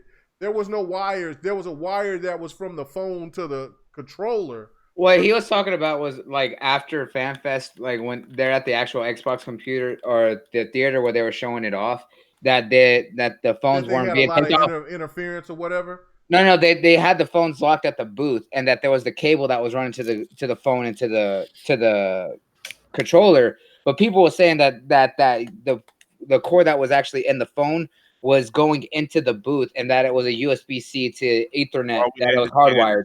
Nonsense. Yeah, all internet nonsense. Okay, I saw it going to the phone. I mean, the controller. But there was the wire. The only wire that I seen was the wire from the phone to the controller. Right. They didn't even have no security wire on the one. There was no security wires, and there were people from IGN or there was other big media outlets, and they took the phone and the game and they walked away from the booth and walked out into the middle of the crowd and to where Bleeding Edge was and to where Ghost Recon to see if there was any bullshit, and the game still played just as good. Tell them what the dev told us about when they set it up. They didn't know how it was going to run because the network was being used by so many different devices. Right. Yeah. On the Wi-Fi, they didn't even know how it was going to run. They didn't know. They didn't know. So they had the wires just in case if things didn't work out. They admitted at that point. They said, "Look, we're in the middle of downtown LA. We got all of these things going on at one particular time. We don't know if things are going to go crazy, but we wanted to let people experience this to see if, you know what I'm saying, to show, you know, how capable this system is. And again, this wasn't the beta. We were playing the alpha version, not the beta, the alpha version. And the games worked fine. And the games that they had displayed, they had Halo Wars 2, they had Gears 4, they had Forza 3, they had they said what game you say? Madden. They also had the Oh, I didn't see Madden, but I did see they had the Lego expansion for Horizon 4. Yeah, they had that. They had Halo 5, and they also had I think Ori was up there too. I didn't see Ori, but I played personally what's that scary ass game? Which one? The Capcom game. That scary ass fucking game. Resident Evil? Resident Evil 7. Evil. Resident Evil 7. They had Resident Evil 7. They had Halo Wars 2. They had Gears 4. They had, and y'all said they had Madden. I didn't see Madden, but they had that. They had Forza Horizon 3. I mean, they had Forza Horizon 3, and they had whatever the other game that you said that there was there that I didn't see that one. But every game played great. So I can go like this. I said, okay, Megan, I'm at work. I got 30 minutes. Let's get some Madden in for about 30 minutes before I got off of lunch, man. Let's go, man. And and what was crazy is that because wherever you're at, however far you are from your house, right, from where you work at, your Xbox One X is going to be a personal server. If it's closer than the Azure server, it's going to be a server that's going to give you better latency because it's closer. So am I gonna have to leave my Xbox on when I go to work? No. I think maybe what will happen, probably. Yeah, well, maybe what will be like on standby, and if you want to start playing on it, that it'll cut on itself. Mm-hmm. And then when you cut it off, it'll cut itself off. I mean, I'm kind of like what I do with the PC when I launched the Xbox app to turn my Xbox on, and then I stream the game, which was totally different to the PC. Which was totally different than what you got from Remote Play, because like when I play Remote Play looks good. I can get I know, right? I can get 1080p off the PS4 Remote Play, but that shit is still laggy, and that's coming. And that's me sitting right here in front of my PC right now. Now, I will say this: I got a new build on my. You know what I'm saying? I redone my PC. You got that Ryzen? Yeah, I got that Ryzen 7 32X. I mean 32X. I mean something another. I mean 27X. And then of course I got everything else. I redone my PC, so I'm sure that I'll get a better performance from it. But the thing of it is that it was so laggy from what I seen when people were playing. Like that one that the guy that was showing the Marvel vs. Capcom 3 at the park, he was only just playing buttons. He didn't do any special moves. He didn't do anything, and he moved his camera away from him playing his PlayStation controller and just showing that the game could do moves, and he didn't do any special moves. Just to, you know what I'm saying, just to show that it worked. But then there was another person that was actually trying to show how capable it was by playing the Uncharted, the new Uncharted expansion, or the latest Uncharted expansion with the two ladies. And, Legacy. Yeah, and he was saying, "Oh my God, the lag is so bad, so bad." So if it was that good, it wouldn't be on Azure servers right now. Right. I don't know why I don't get no lag when I stream my Xbox to my to the PC. Well, but that was the thing. But this was a guy using the PlayStation 4 Remote Play. With that. Yeah, and it ain't the same. So when you look at it from comparing to what the Stadia is, and I know that Lemon doesn't like the Stadia. It's dead. I told you. I think you was hype. Financially, for how their thought process of what they're doing with the Stadia, it's not very smart. But Stadia is going to be more capable than what PlayStation is going to offer with Remote Play. There's no question about it. People can try to bring up Remote Play all they fucking want to. there's a reason why Sony went ahead and said, look, we're going to go ahead and sign up with Microsoft and be a part of these Azure servers, because they seen with the Xcloud that this shit was next level. There's no doubt about it. Me and King David said that shit when I did my video. When I showed that video, me and King David was right there, and it showed right there. And the best thing is that I was iterating to earlier before you told me to stop. You're going to have the much more bigger library with the backwards compat digitals, and if they allow it, and all of the Microsoft games. They already said that your entire library, everything is going backward. That's gonna blow out Sony and Stadia. That's why Stadia did, because they don't have that platform. They don't have the games. No, they don't. That's anyway, the key. Big shout out to Mir XT8. Thank you so much. He says, great show, fellas. Yeah, we at 2:40, man. We're gonna have to wrap this up. Yeah, because I got called in for work in the morning. So yeah. So we're gonna have to wrap this up. Triple Cup said he was done, so he backed out. So anyway, again, trying to hit that 2-hour mark just in. I'm sorry. That's what I'm saying. We gotta just stop saying it. I did not think that Op was going to go as hard as he did on Void Void Bastards. Void Bastards. He was adamant about how great that game is. I'm gonna jump in and I'm gonna give it a try. But anyway, but but this is the thing about this. I'm gonna say this one last time, is that, look, you know what I'm saying? Look, I PlayStation can definitely do something with PlayStation Now and remote play and try to get into that race, because they have no choice but to get into it. But the sad thing about it is that the way that their pricing was with PlayStation Now when they first introduced it was so over the top and so $20. ridiculous. Yeah, you know what I'm saying? It just isn't on the same level, and they're going to have to adjust, while Xbox already has Game Pass already available. How much you think Sony going to charge now that they have to pay Microsoft for using their stuff? That part I don't know. Yeah, I don't know. And then what's crazy on top of that is that they're gonna want that money back from their supporters. So for whatever they got to pay Microsoft for using those servers, you know what I'm saying, they might raise up another $5 for PSN, and then when they offer remote play and PS Now and how they're going to do it, it might be, you know what I'm saying, they might have to, follow the same pattern of how Xbox and Stadia does it, but it's going to be a little bit higher, and who's to say that the PlayStation fans is really going to follow into that. It's going to follow and want to have that package deal like Microsoft has with Ultimate Pack. That's why I put that point out, is that Microsoft is smart as hell for doing what they're doing, is because they're giving you Ultimate Pass for only $15 a month. And that has gold too.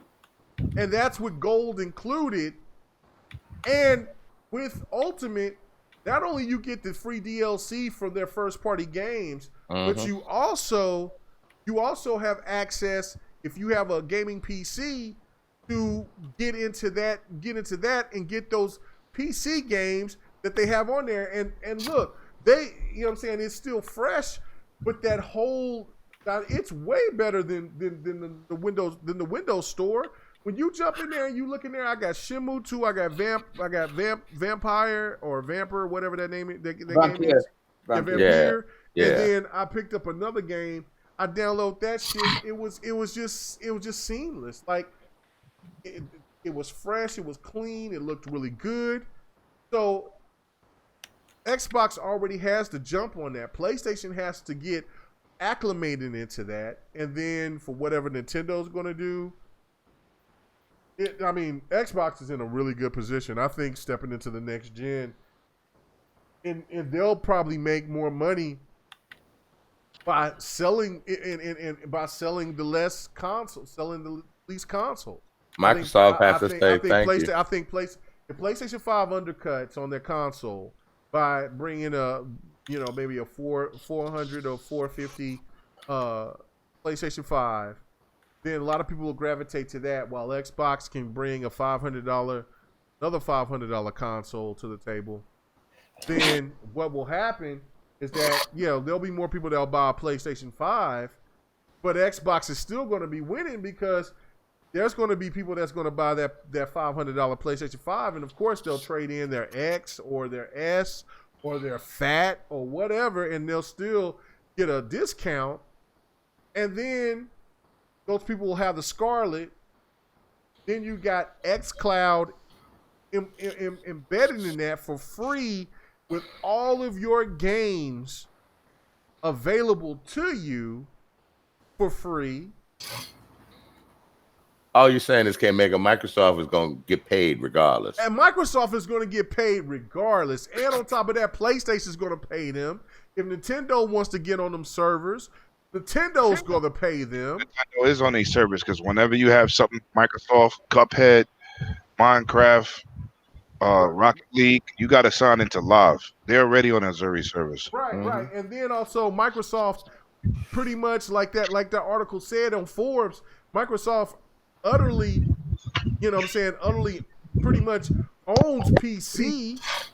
Like, they're going to be making so much money. You can sit there and you can brag about how many console sales that the PlayStation 5 can have. It can have 30 million consoles sold in those first 2 years, and Xbox Scarlet can have 15. But Xbox can still be generating more money because they have their hands in everything. And not on top of that, they still have the Havoc engine. They have everything else that they have involved. And PlayStation and Nintendo is still paying Microsoft. Yeah. So, and Microsoft is still winning. I'm kind of glad Sony won that last generation, man, because they woke up the sleepy giant in Microsoft. Yeah. No, they woke them up, dude. Yeah, so the thing of it is like, look, you kill them within, you do what you got to do, but Phil Spencer doesn't want PlayStation to go away. He doesn't want Nintendo to go away, but also so he will help them, and in the process, they will sit there. Microsoft will still benefit, or I should say, Xbox will still benefit, and that money will definitely go into these new studios that they purchase to where they can have new games. It's a win-win. I think the strategy for what Microsoft is trying to do is smart. As long, you know what I'm saying, the only setback that I could think of personally is that they don't bring the quality of AAA titles. I think they'll get there. I think they'll get there to the forefront, and except for the games that top four. The top four, the $1 billion producers, and to me that's me listening to the rhetoric from so many of these YouTubers. I think Xbox knows what they have to do. You wouldn't spend so much money on so many developers for the initiative alone to not bring in a AAA or quadruple A banger. You do have one game that's slowly creeping up to the Halo level and the other levels that are making money. Sea of Thieves is growing. Before you go on, I don't know if anyone addressed this, but we gotta pay the bills. Mirror XT8. Oh no, I paid the bills. Did you? Yeah. Okay. I paid the bills. I didn't hear anything. That's yeah, but no, that was the thing right there. It's just like, to me, it's just like I think of it as people, they keep thinking that like Microsoft is going to bring out just like cell phone budgeted games. You got the initiative. You got the initiative going to be making games. You got Ninja Theory that's already working on multiple projects. There's going to be other things. That's why I just don't agree with people that saying, I want 343 to make another IP. No, I don't. Let them stay strong with Halo. If the Coalition wants to make another game, then that's fine. If they want to make something different than Gears, then that's fine. But 343 is synonymous to Halo. Halo has so many angles and turns and different ways that they can go. It's a vast universe. Yeah, it's a vast universe, and they can make any type of game that they want to. They can make anything from a over the shoulder shooter like Mass Effect or the Destiny, or they can even make games that could be like a. They can even make games like a fucking RPG Star Wars type. Hey, K, No. Halo is that big and I got a vast. quick question for you, K Mega. Are you ready to play Hot Wheels on your phone, man? Yeah. Hey, Mega, I gotta play you the Legos. You said that right now. You just got my mind thinking. What if they made like a third-person shooter with the ODSTs? That's an RPG, so you can get like different equipment to upgrade their suits, right? And play with your friends. Right. Exactly. That's what I'm saying. Like people keep be stressing about 343. They got all these developers on there. No, 343 should be only solely when you get hired for 343. What you should be when you know that you step into that building, it's about Halo. It shouldn't be about anything else because Halo is Halo. It's one of the forefathers of some of the best. It's one of the forefathers with gaming. It is. If there was a Rushmore of gaming, it's the true multiplayer there would be shooter. Mario. There would be Mario or Zelda, and then there would be Halo and Gears. There'll be some from PlayStation. I don't know which game it would be from PlayStation. Maybe, God of War, Metal Gear Solid. No, I would say Gran Turismo because Gran Turismo is their biggest. Gran Turismo's their breadwinner. Yeah, it's their breadwinner. And then there would be Halo. Halo is definitely a part of the Rushmore of gaming. So why would you want 343 to go out of their way to make something different? Let them do what they do. When the lore of that studio is all about Halo, and they haven't even cracked the surface. Everybody keeps jocking what Chief does when there's so much more to the Halo universe that's out there. Team Save Lock. Yeah. Well, no, it's even beyond Lock. It's beyond Lock. It's beyond Red Team. It's beyond Blue Team. They can go so much further with, just like with how I look at Halo is how I look at Star Trek. Is that, people didn't like Janeway. And then all of a sudden, I love Captain Janeway. Yeah, that Voyager was the shit. I was like that with I was like, I'm not watching that. And then I started watching it, and then I started seeing seven to nine. Oh, yeah, sexy ass seven to nine. Yes, like, sir. And then next thing you know, I start falling in love with the show.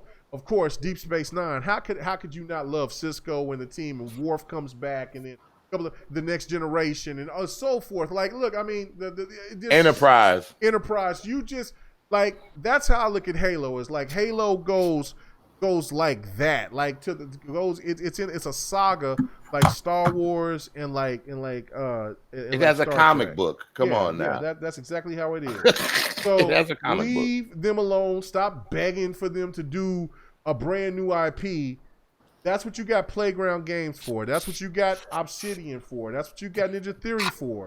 That's what you got all of the rest of these other studios that they picked up. And then I'm hearing that they're also going to be bringing a Japanese studio on to the fray, and if they do that, then Xbox is ready to rock and roll. Sega. Anyway, I wish. I would. Oh, I would. I would love Sega. That's all I need. You know what I'm saying? I might not ever buy a PlayStation if they got Sega because I'm a Sega rat. I'm Sega before anything. And bring us Vanquish too, bro. Yeah. Oh, I'm Sega before anything. Hey, but Vanquish that's Platinum Games. But yeah, if they brought that back. Whoo! Man, if Xbox had any way of getting, if Xbox had any way of pulling in Sega, I don't even know if I fuck with PlayStation because I was Sega before anything. Like I got it. I didn't buy anything. I got an NES when I was a kid because of Duck Hunt and Balloon Fight and all that stuff. I still got my Duck Hunt in the gun, bro. When it came to me, when I had a choice to buy, the only reason why I bought a PlayStation is because it was cheaper, and because Sega was stupid and they had the Saturn for like $100 more than what PlayStation was. And so when I jumped on the PlayStation, and then PlayStation killed the game with 989 football. Tomb Raider. For me, it was Tomb Raider. There was no Tomb Raider when they first launched those games. It was 989 NFL Game Day, and then they had Tekken.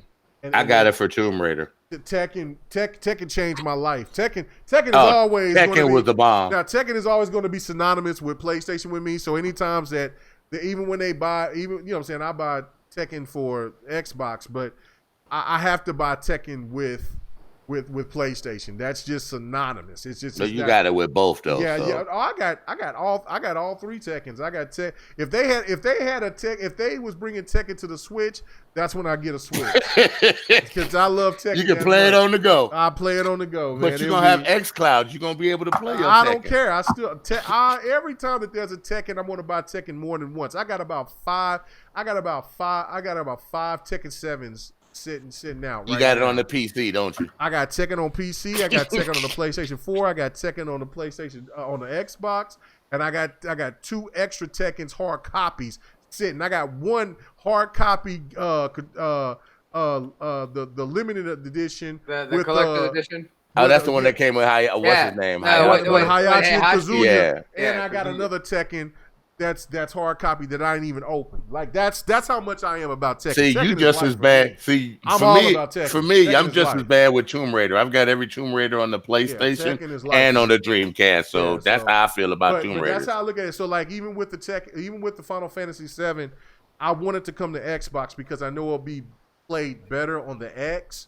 Because I don't have a Pro. Dude, you should see Final Fantasy 10 and 10-2 remake. I mean, 10 I awesome. got them. It's Have you played them though? Have you played it though? No. I haven't played them. I bought them though. When I knew that they were already ready, I had to cop them. I got them. I'm gonna tell you this though. It's like playing all over again. It's like playing all over. You don't remember anything from 20-something years ago. I got the other ones. I know 8 is I think 8 is out now for Xbox. No, 8's coming later this year. Okay, the original 7, the original I got Final 7. Fantasy 7 is I got out, right? 7. I got about I got 4 7s. I got the PC. The first one I got was when I first got my PlayStation 4. That was the first game that I got, other than Uncharted, because that came with my PlayStation 4. Yeah.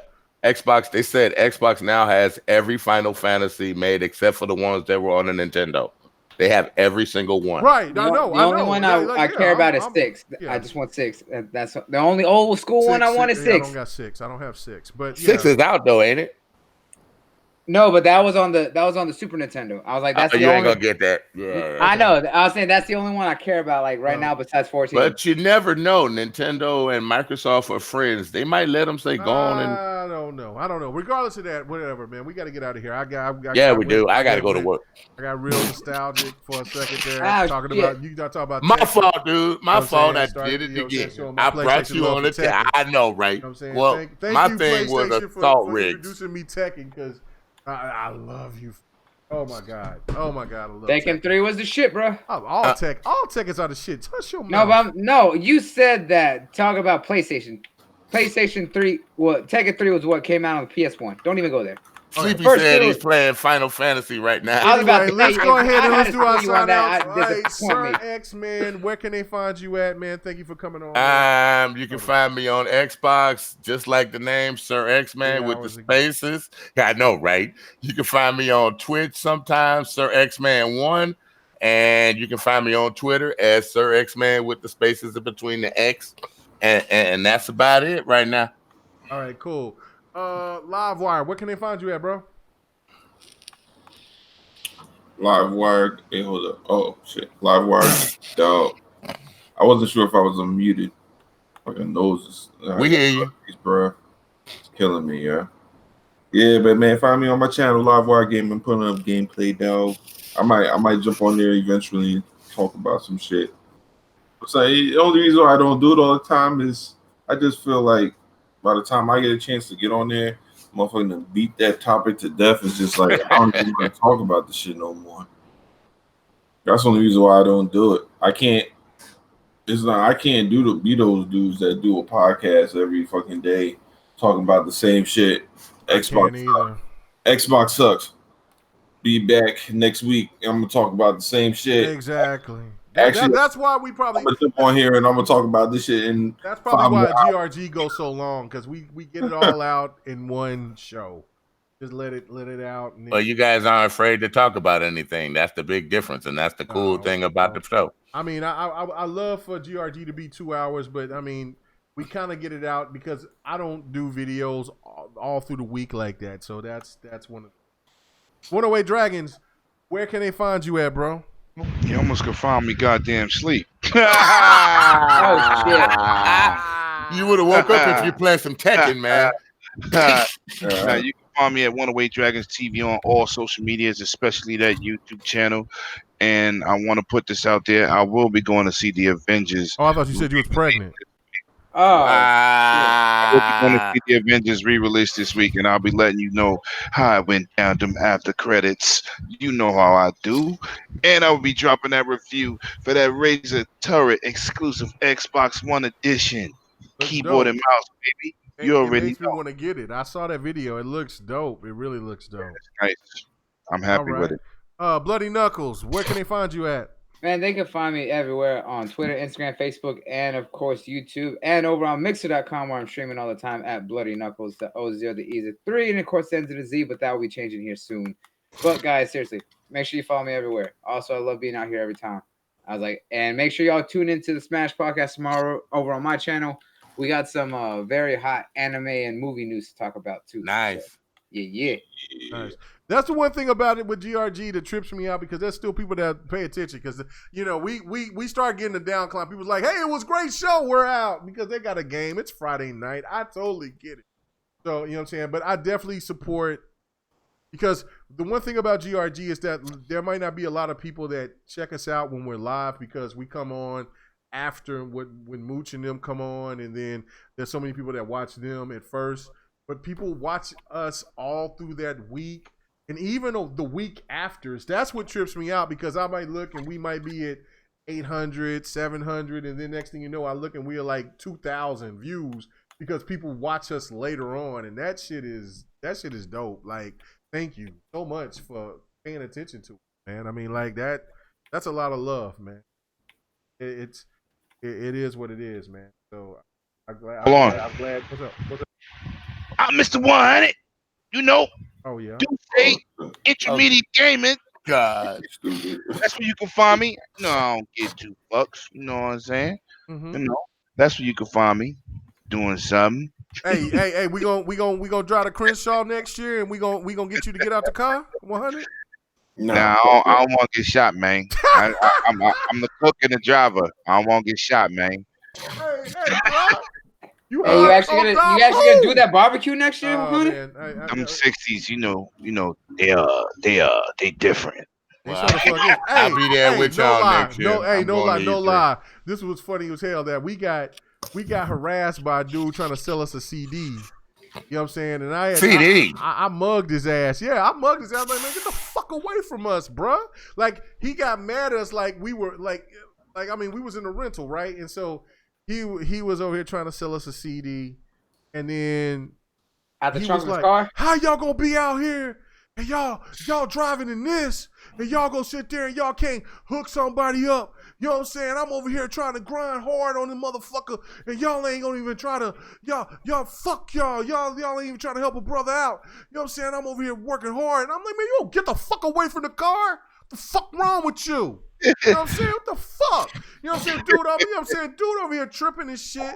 Like, I mean, like, look, man, I understand you don't know we in a rental, but damn, man, like, you over here trying to sell a fucking CD with just your name on it. There's no paper. I mean, at least the motherfuckers in Oklahoma, man, they at least try to get that shit dressed up to look right. Like, hey, man, I got a CD for you, bruh, man. Check this shit out, man. I'm trying to. Them CDs was blank. Them shit was no. He had his name on it, but he just had a gray CD he had a name with some written on blue it, marker on that shit. That shit don't look count. bogus as fuck. I'm not buying that shit. Nigga, your shit's that shit could be. You know, some Willie D. Bucktown, your homeboy. We You put that shit in your PC, you probably get a virus that wipe out everything. Yeah, like how the fuck, you know what I'm saying? You don't get the fuck away from the load, you know what I'm saying? Tripping, you know what I'm saying? And he was over there mad as fuck. But I mean, yeah. That's California. Crenshaw raw, man. Raw. But hey, man, I had a lot of love, man. Especially going down Figueroa, man, on Monday and Tuesday night. Like that was wild, bro. Down Figueroa? Yeah, going down Figueroa Monday. Like, let me tell you. Like, look, now I did not purchase or partake into any purchasing of any women of the night, but I'm just saying, if you want the best clientele, it would be Monday and Tuesday night because that's when we was driving down. When we was driving down there, boy, I thought it was Vegas. Model like. I was like, what's going on here? These chicks look like models. But then when it came to Wednesday, Thursday, Friday, Saturday, like, look, we seen women that look like they were about 50 years old with purple hair. Like, bruh, what's going on? What happened to the Sunday, Monday, Tuesday night action? The quality dropped off. The quality dropped off horribly. But anyway, yeah, let's get the hell out of here, man. Thank you guys for hanging out with us.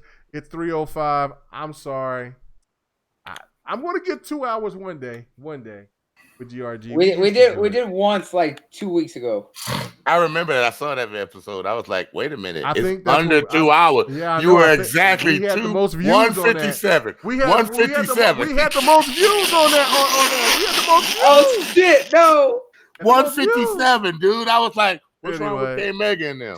So, wait, thank you guys for hanging out with us. Oh, man. they said, what's wrong with us if we go shorter? That's what I said. Somebody's sick. Somebody's dying in that motherfucker. Anyway. Oh, shit. Thanks for having me, K Megan. Hey, it was fun, man. No problem, man. Next week, we'll have our boy So Shady.